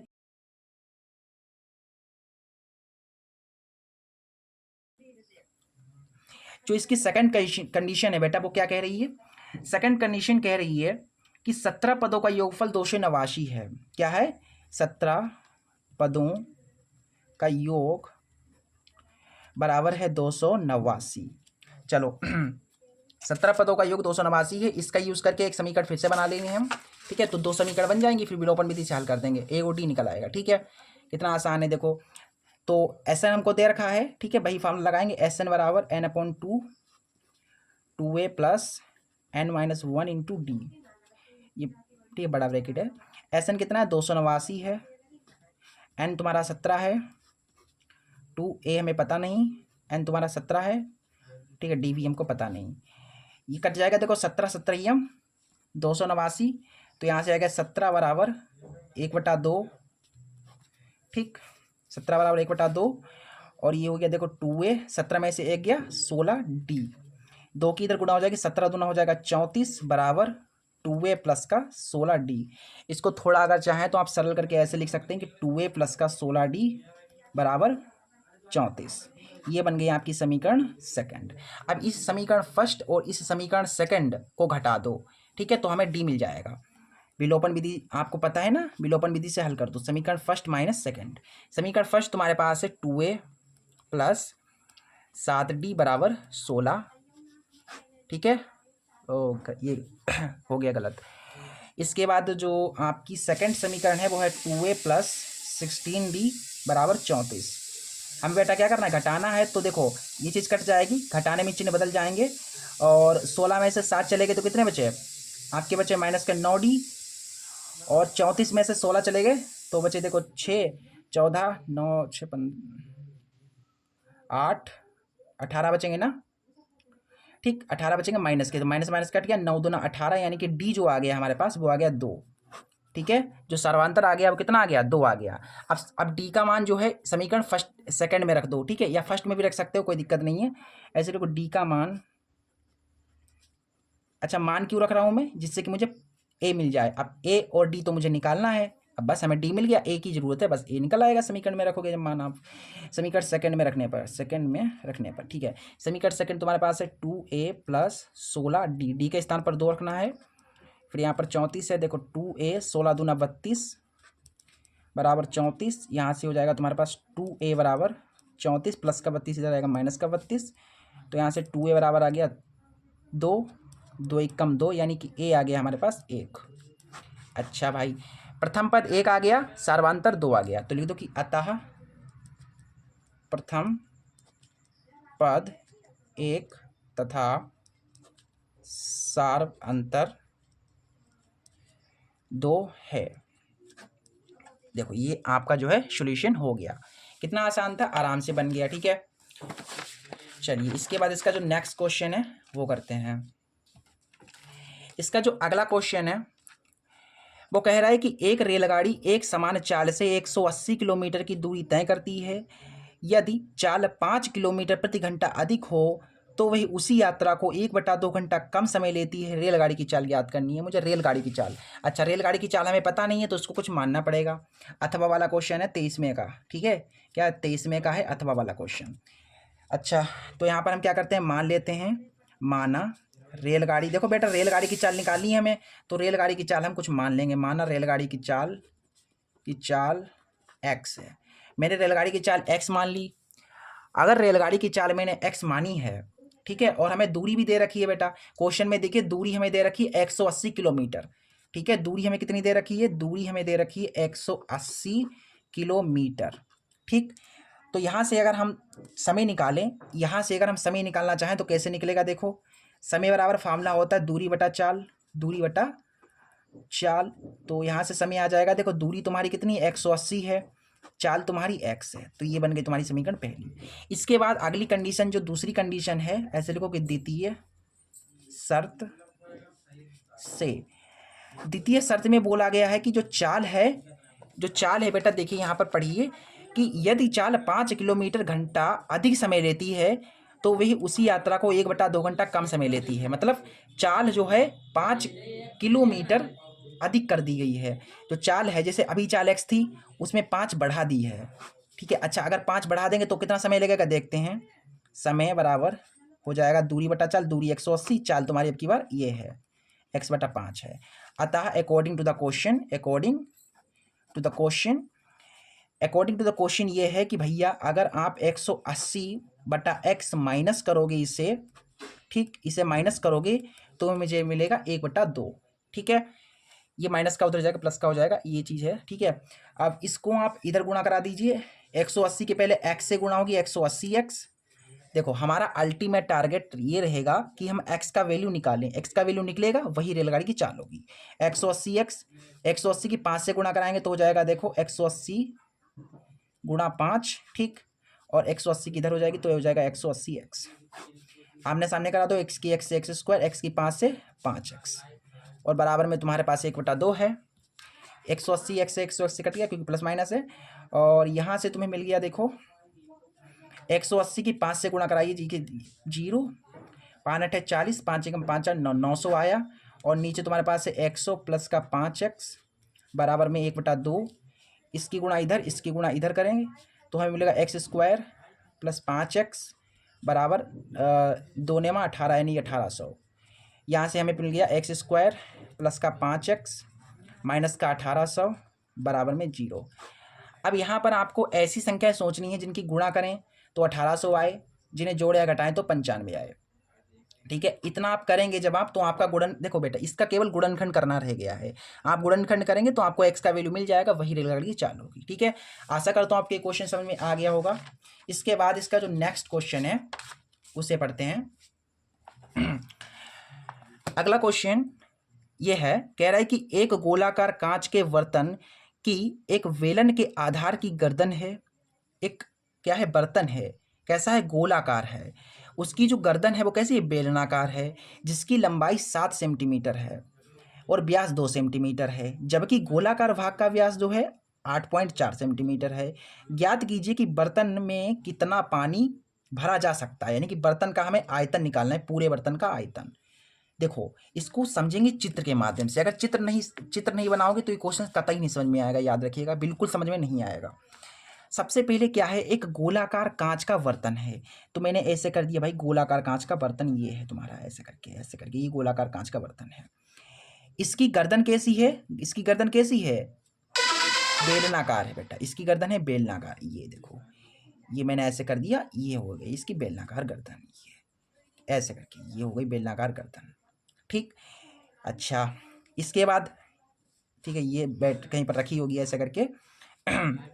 देखो ये सही नहीं बनाया, आपको पेंसिल से बनाना है बिल्कुल अच्छे तरीके से। ठीक है, अच्छा बढ़िया बढ़िया। अच्छा यहाँ पर फिर बोला गया है कि जिसकी लंबाई 7 सेंटीमीटर है और व्यास 2 सेंटीमीटर है। अच्छा जो गर्दन है ना बेटा, जो गर्दन, उसकी जो लंबाई है वो कितनी है, 7 है, 7 सेंटीमीटर है। इस गर्दन की लंबाई है 7 सेंटीमीटर, और ये जो गर्दन है इसका जो व्यास है, ऊपर वाला जो व्यास है वो 2 सेंटीमीटर है। यहाँ से लेकर के यहाँ तक का जो व्यास है वो है 2 सेंटीमीटर। जबकि जबकि गोलाकार भाग का व्यास, जो गोलाकार भाग है ये, इसका जो व्यास है, इसका जो व्यास है वो कितना है, 8.4 सेंटीमीटर है। ठीक है, हमें इस बर्तन का आयतन निकालना है। गोलाकार भाग का व्यास इतना है। ठीक है, चलिए हमें क्या निकालना है, हमें निकालना है कितना पानी इस बर्तन में आ सकता है। तो यहां पर इसको हल करते हैं। हमें निकालना है इस बर्तन का आयतन। ठीक है, बर्तन का आयतन, बर्तन का आयतन कब आएगा, बर्तन का आयतन आएगा जब, बर्तन का आयतन आएगा जब आप इस बेलन का आयतन प्लस इस गोले का आयतन कर देंगे, मतलब इसका आयतन और इसका आयतन जोड़ देंगे तो पूरा बर्तन का आयतन आ जाएगा। तो ऐसे हम लिखेंगे कि वेलन का आयतन, वेलन का आयतन प्लस गोले का आयतन, गोले का आयतन। ठीक है, देखो यहाँ पर मैं थोड़ी चीज़ आपको समझा दे रहा हूँ कि गोले का जो व्यास है, गोले का व्यास, ठीक है, जो गोले का व्यास है वो है 8.4, और आपको पता है व्यास की आधी त्रिज्या होती है, तो इसकी जो त्रिज्या होगी, इस जो गोले की त्रिज्या होगी वो होगी 8.4, जो है 8.4 इसका आधा कर दो तो आ जाएगा 4.2 सेंटीमीटर। ये गोले की त्रिज्या आ गई। ठीक, अब हम देखते हैं बेलन का। अब बेलन पर आ जाओ। वेलन की जो ऊंचाई है, वेलन की ऊंचाई जो है, जो हाइट है वो है 7 सेंटीमीटर, देख लीजिए। ठीक है, और इसका जो व्यास है, तथा जो व्यास है इसका, इस बेलन का जो व्यास है वो है 2 सेंटीमीटर, और आपको पता है इसकी त्रिज्या कितनी होगी, 1 आधी। देखो इसे मैंने स्मॉल आर से डिनोट किया था गोले की त्रिज्या को, अब हम बेलन की त्रिज्या को कैपिटल आर से डिनोट करेंगे। ठीक है, चलो अब हम क्या करते हैं, यहाँ पर फार्मूला लगाएंगे। वेलन का आयतन कितना होता है, pi r square h, pi r square h, sorry यहाँ पर देखिए थोड़ा सा गलत हो गया, पाई, इसकी जो आर है वो कैपिटल है, आर स्क्वायर एच, प्लस गोले का आयतन होता है 4/3 पाई आर क्यूब। ठीक है, तो यहाँ से देखिए पाई, पाई कॉमन है, यहाँ से मुझे मिलेगा r square h plus 4/3 r cube. Pi का वैल्यू आपको लेना है 22/7 आर स्क्वायर, आर कितना है, 1 है, 1 का स्क्वायर, एच कितना है इसका, एच है 7, 4/3 और आर क्यूब, जो ये त्रिज्या है वो कितनी है, 4.2 का क्यूब। देखो यहाँ से 22/7 यहाँ से 7 एकम 7 आ जाएगा और यहाँ पर 4/3 है। 4.2 4.2 4.2 अगर आप 3 टाइम्स करेंगे, देखिए 4.2 इंटू 4.2 इंटू 4.2 जब आप करते हैं तो कितना मिलता है बताइए? तो हमें मिलेगा 74.088 ये मिलेगा हमें, ठीक है। 4.2 ऐसा करके 4.2 गुना 4.2 गुना 4.2 करेंगे बेटा, तो हमें ये चीज़ मिल जाएगी। यहाँ पर आ जाओ 22/7 7 प्लस इसमें पहले ये कट रहा है 3 से, बताइए ये जो 74 है ये 3 से चला जाएगा, 3 से चला जाएगा ना, ये देखो ऐसे कट जाएगा। 3 दूना 6 3 अठे 3 दूना 6 और यहाँ पर 14 हो गया, 3 चौको 12 हो जाएगा, फिर 6 9 6 आ जाएगा यहाँ पर, ठीक है। और फिर इसमें क्या बचा यहाँ पर 4 गुना 24.696 आ गया। कैलकुलेशन आपको करनी पड़ेगी, ठीक है। हमारे पास अभी कैलकुलेटर तो उसमें मैं उसी से मैं कर रहा हूँ, ठीक है। 4 से इसमें गुणा कराइए, इसमें 4 से जब आप गुणा कराएंगे तो आएगा 98.784। फिर देखिए 22/7 है, इसमें आप जोड़ दीजिए 7 को, ठीक है। इसमें क्या करिए 7 को जोड़ेंगे जब आप तो मुझे मिलेगा 105.784। और ये जब आप इसकी आप इससे गुणा करा दीजिए, ठीक है। इसकी गुणा करा दीजिए 22 से और भाग कर दीजिए 7 से, तो मुझे मिल जाएगा 332.464 सेंटीमीटर क्यूब। ये आपका आ गया आंसर, ठीक है। कितना आ गया? 332 पॉइंट ऐसे करके, ठीक है। ये इस तरीके से आपको क्वेश्चन करना था और ये आसानी से हो गया, ठीक है। चलिए इसके बाद इसका नेक्स्ट क्वेश्चन करते हैं। इसके बाद देखिए 24 तो हो गया यहाँ तक, यहाँ पर आ जाओ। जो अगला क्वेश्चन है, ठीक है, वो भी जो है मेंसुरेशन से संबंधित है। मेंसुरेशन का जो अगला क्वेश्चन नेक्स्ट क्वेश्चन है वो कह रहा है कि एक खिलौना 3.5 सेंटीमीटर त्रिज्या वाले एक शंकु के आकार का है जो उसी त्रिज्या वाले अर्धगोले पर अध्यारोपित है। अच्छी बात है। इस खिलौने का संपूर्ण ऊंचाई जो है वो 15.5 सेंटीमीटर है। इस खिलौने का संपूर्ण पृष्ठीय क्षेत्रफल हमें ज्ञात करना है। कितना अच्छा क्वेश्चन है, बहुत बढ़िया क्वेश्चन है। यहाँ पर देखिए सबसे पहले तो एक खिलौना है भाई, ठीक है, एक खिलौना है जिसकी त्रिज्या 3.5 सेंटीमीटर है और शंकु के आकार का है जो उसी अर्धगोले पर अध्यारोपित है। अच्छा मतलब ये है, ऐसे करके होगा। ये शंकु है बेटा, ठीक है, ये आकार का है। देखो जो खिलौना है वो कैसा है? शंकु के आकार का है, मतलब इस आकार का है ये खिलौना। ये खिलौना है, इसकी त्रिज्या कितनी है? इसकी त्रिज्या है 3.5 सेंटीमीटर, 3.5 सेंटीमीटर जो उसी त्रिज्या वाले अर्धगोले पर अध्यारोपित है। अध्यारोपित का मतलब रखा हुआ है, मतलब ये जो खिलौना है ये इसी त्रिज्या वाले अर्धगोले, ये अर्धगोला मैंने देखो ऐसे करके बना दिया, इस अर्धगोले पर रखा हुआ है। देख लीजिए ऐसे करके, ये देखिए इस पर रखा हुआ है, इस अर्धगोले पर रखा हुआ है। इस खिलौने की संपूर्ण ऊंचाई 15.5 सेंटीमीटर, मतलब यहाँ से लेकर के यहाँ तक की जो पूरी की पूरी ऊंचाई है वो दे रखी है मुझे 15.5 सेंटीमीटर। तो इस खिलौने का संपूर्ण पृष्ठीय क्षेत्रफल हमें निकालना है। ये क्वेश्चन है तुम्हारा, ठीक है। चलो इसे करते हैं सॉल्व। सबसे पहले हमें यहाँ पर शंकु पर बात करते हैं, शंकु की बात करते हैं। यहाँ पर शंकु की जो त्रिज्या है वो कितनी है यहाँ पर 3.5 सेंटीमीटर, ठीक है।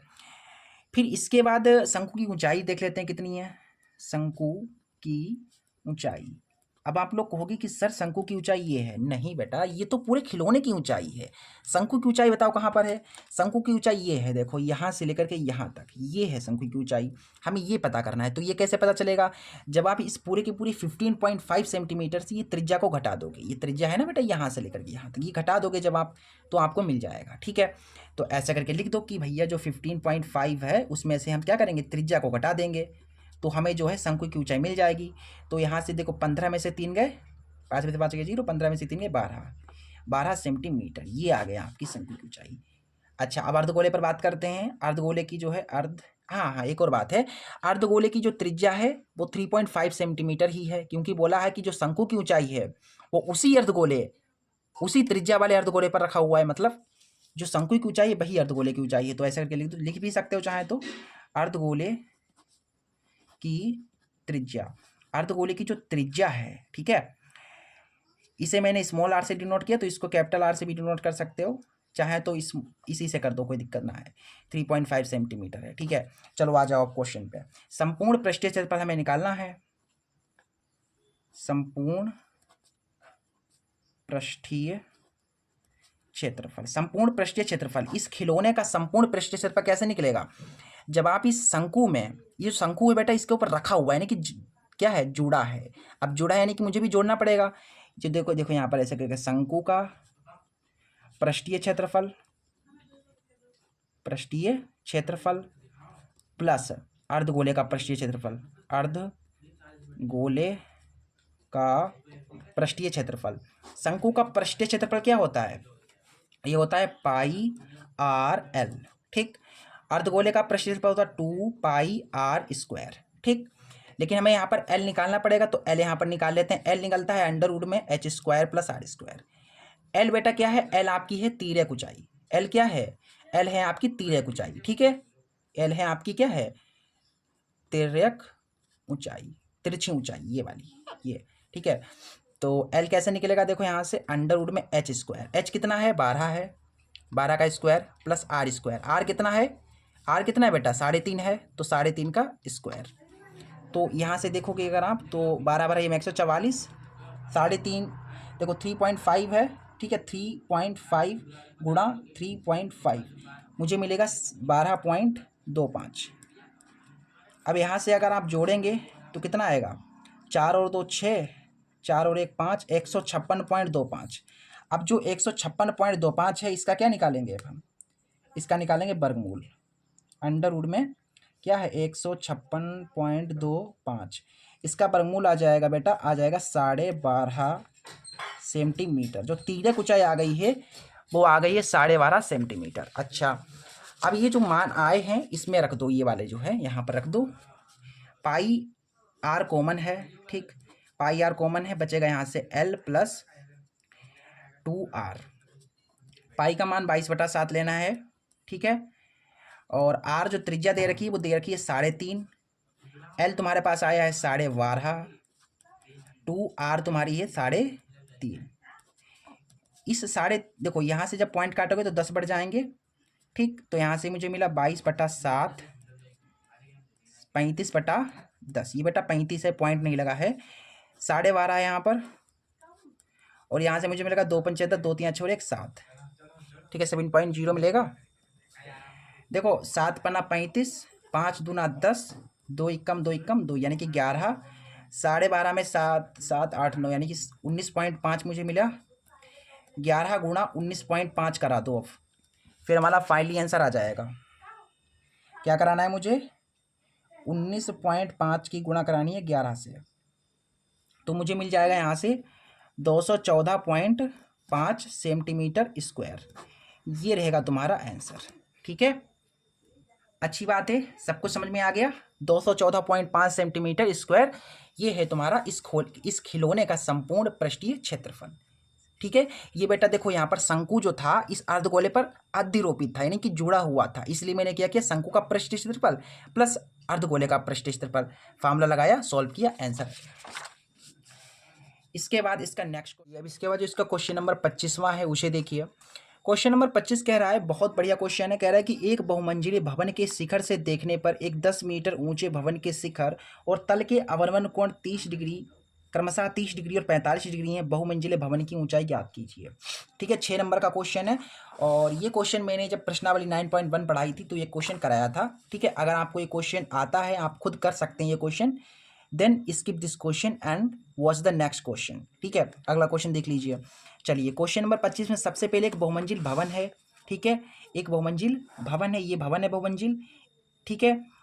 इससे, इसके शिखर से देखने पर, ये भवन है भैया, इसके शिखर से यहाँ से देखने पर 10 मीटर ऊंचे भवन के शिखर के साथ, मतलब यहाँ से देखते हैं हम, ठीक है। तो यहाँ कहीं पर भवन होगा, ठीक है। यहाँ से ये जमीन पर खड़े हैं दोनों, यहाँ से इस बहुमंजिल भवन है, इस यहाँ से देखने पर जो भवन है इसके शिखर के साथ, इसका शिखर ये है, ये है, इसके साथ जो कोण बन रहा है वो बन रहा है 30 डिग्री, और तल के, और ये जो तल है इसके साथ बन रहा है 45 डिग्री। इसको पहले मिला दो, इसके साथ बन रहा है 30 डिग्री का कोण, और इसके साथ बन रहा है यहाँ पर 45 डिग्री। ऐसे करके देखो, यहाँ पर जो है आपको नीचे नहीं बनाना है, बोला था अवनवन। अवनवन मतलब यहाँ पर 30 डिग्री है और यहाँ पर है 45 डिग्री। इसका सीधा सा मतलब है, इसके शिखर जो ये भवन है इसका शिखर के साथ 30 डिग्री है और इसका तल जो है उसका साथ 45 डिग्री है। ये जो बहुमंजिल ये वाला है इसकी हमको क्या बतानी है, ऊंचाई बतानी है। क्वेश्चन समझ में आ गया? ठीक है, सबसे पहले हम इसे ए मान लेते हैं, इसे बी मान लेते हैं, इसे सी मान लेते हैं, इसे डी मान लेते हैं और इसे ई मान लेते हैं। हमें ए सी निकालना है, ए सी। ए सी कब मिलेगा? ठीक है, देखिए भाई हम आपको समझा दे रहे हैं। सबसे पहले यहाँ पर बताया गया कि 10 मीटर ऊंचा भवन है। ये जो भवन है इस साइड, इसके जिसकी तरफ आप देख रहे हैं वो 10 मीटर ऊंचा है। यहाँ तक जो है यहाँ पर ये 10 मीटर है। अगर ये 10 मीटर है बेटा, तो इसके सामने वाला ये भी 10 मीटर होगा, इतना यहाँ से लेकर के यहाँ तक ये भी 10 मीटर ही होगा। ठीक, इसका मतलब ये तो हमें पता है, लेकिन अगर ये वही पार्ट पता चल जाए तो इसके साथ इसको जोड़ देंगे तो हमारा काम बन जाएगा। ठीक है, चलिए इसे करते हैं। चलिए, इतनी चीज़ समझ में आ गई, तो हमें केवल ये चीज़ निकालनी पड़ेगी, यहाँ से लेकर के यहाँ तक की दूरी। तो यहाँ से लेकर के यहाँ तक की दूरी को मैं मान लेता हूँ x, और मुझे x निकालना है। जो x निकलेगा उसके साथ मैं 10 को जोड़ दूंगा, काम हमारा हो जाएगा। ठीक है, तो यहाँ पर अगर हम बात करें ये पूरी की पूरी दूरी, तो ये पूरी दूरी हो जाएगी 10 + x। ठीक, चलिए, तो सबसे पहले हम छोटे वाले त्रिभुज में चलेंगे, त्रिभुज AEB में। ठीक है, त्रिभुज AEV में, इस वाले त्रिभुज में हम क्या करते हैं, टेन थीटा लेंगे। टेन थीटा बराबर होता है क्या, लंब बटा आधार टेन थीटा। इसका थीटा 30 डिग्री है। लंब कितना है यहाँ पर, लंब तुम्हारा x है बटा आधार तुम्हारा ये EV है, EV है। ठीक है, टेन 30 का वैल्यू होता है 1/√3 x/EV। EV की इधर गुणा हो जाएगी तो हो जाएगा, देखो EV बराबर x√3। ये चीज़ मुझे मिल गई। एक और चीज़ मैं तुमको बताना चाहता हूँ, यहाँ पर जो ये ED है वो किसके बराबर है, वो अपने सामने वाले ED जो है ये BC के बराबर है,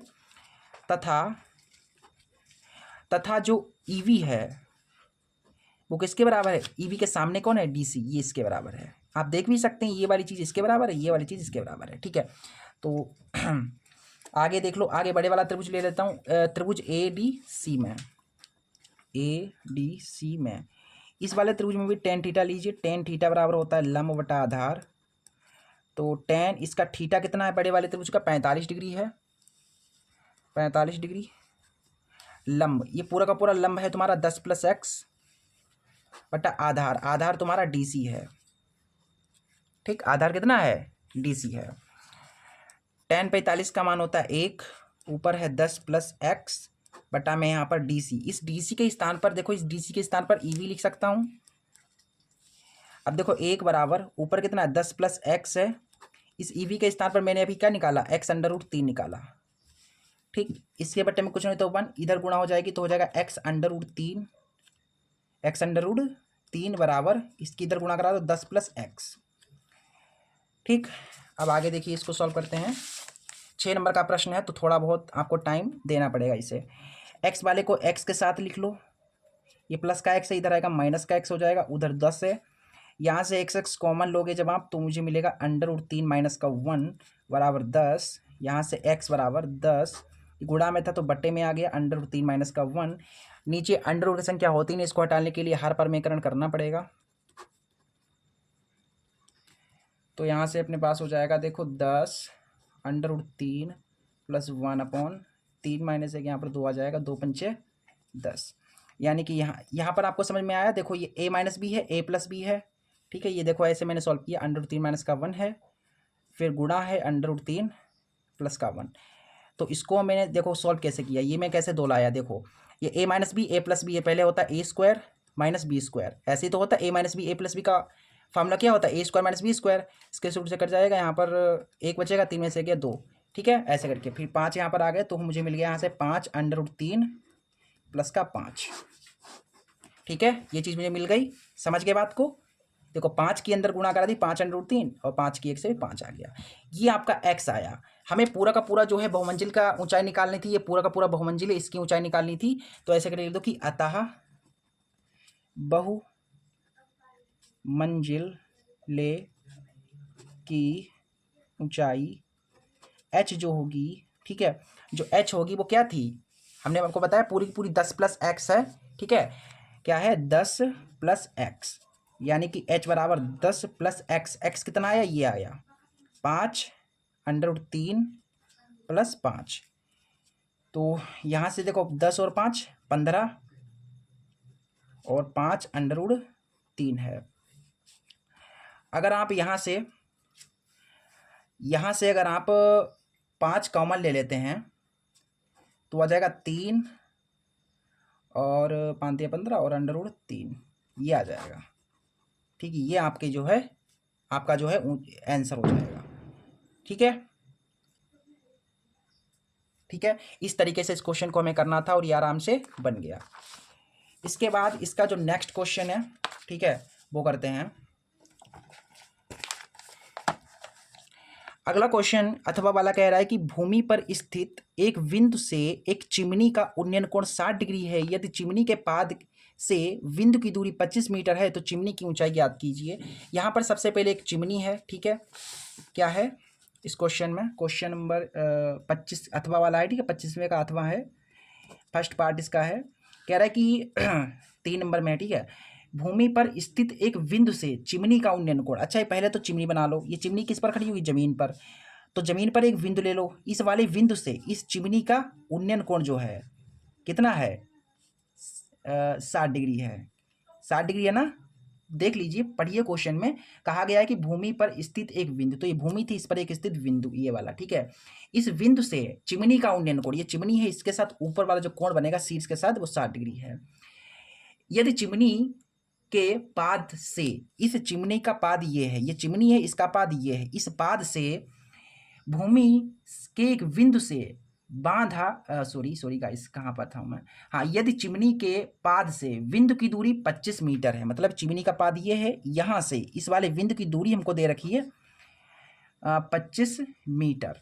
तो हमें चिमनी की ऊंचाई ज्ञात करनी है। ए मान लो, इसे बी मान लो, इसे सी मान लो, ये तो बाएं हाथ का खेल है आपके, ठीक है, हमें लंब निकालना है, आधार पता है।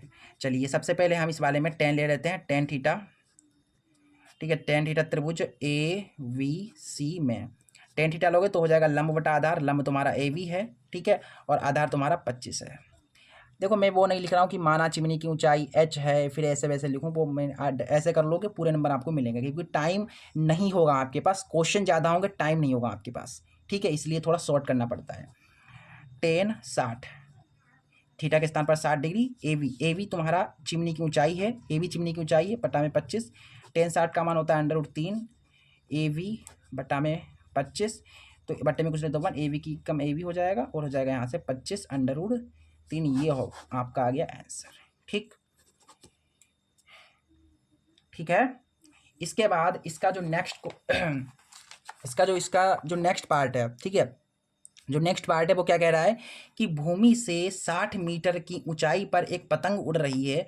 पतंग से लगी डोरी को अस्थायी रूप से भूमि के एक बिंदु से बांध दिया गया है। भूमि के साथ डोरी का झुकाव 60 डिग्री है।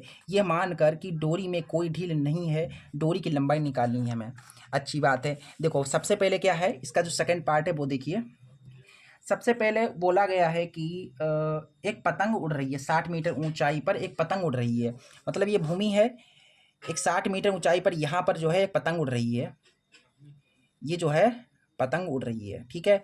मतलब यहाँ से लेकर के यहाँ तक की दूरी कितनी है, 60 मीटर है, ठीक है, 60 मीटर की ऊंचाई पर पतंग उड़ रही है। फिर बोला कि पतंग से लगी डोरी कोई भूमि के एक बिंदु से बांध दिया गया है।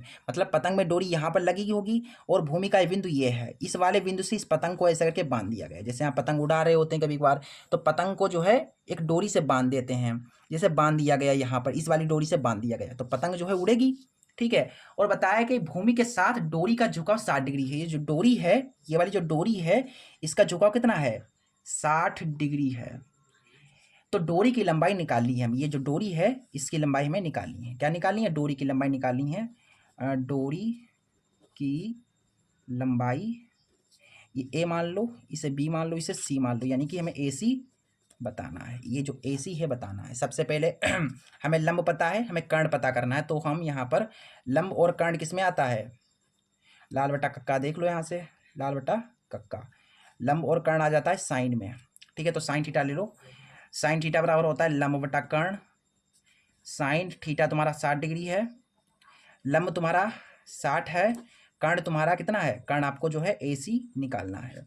साइन 60 का मान होता है √3/2 और है 60/, ए सी की इधर गुणा हो जाएगी तो हो जाएगा ए सी √3, 2 छंगे 12, 120, ए सी बराबर 120, √3 गुणा में तो बट्टे में आ गया, नीचे अंडर संख्या होती नहीं तो उसको हटाने के दोनों तरफ जो है मतलब हर परिमेकरण करना पड़ेगा, सिंपल सा है। यहाँ से आ गया 120 √3, इसकी गुणा हो जाएगी 3, 3 चौके 12, 40 √3 आ गया, ए सी बराबर आ गया 40 √3 मीटर। ये आपका जो है आंसर हो जाएगा। ठीक है, इस तरीके से मैंने आपका जो सेट 2 HW था उसके सभी क्वेश्चंस मैंने आपको करा दिए हैं। ठीक है, ऑब्जेक्टिव साथ साथ जो विस्तृत उत्तरीय क्वेश्चन, लघु उत्तरीय क्वेश्चन, अति लघु उत्तरीय क्वेश्चन सभी के सभी मैंने आपको बता दिए हैं। अगले वीडियो में हम 2024 का सेट 3 HX करने वाले हैं। पार्ट 1 में हम इसके जो है ऑब्जेक्टिव्स को करेंगे और पार्ट 2 में इसके 2, 4, 6 नंबर वाले जो प्रश्न हैं बचे हुए उन्हें कर देंगे। ठीक है, तो तब तक के लिए नमस्ते, जय हिंद, वंदे मातरम।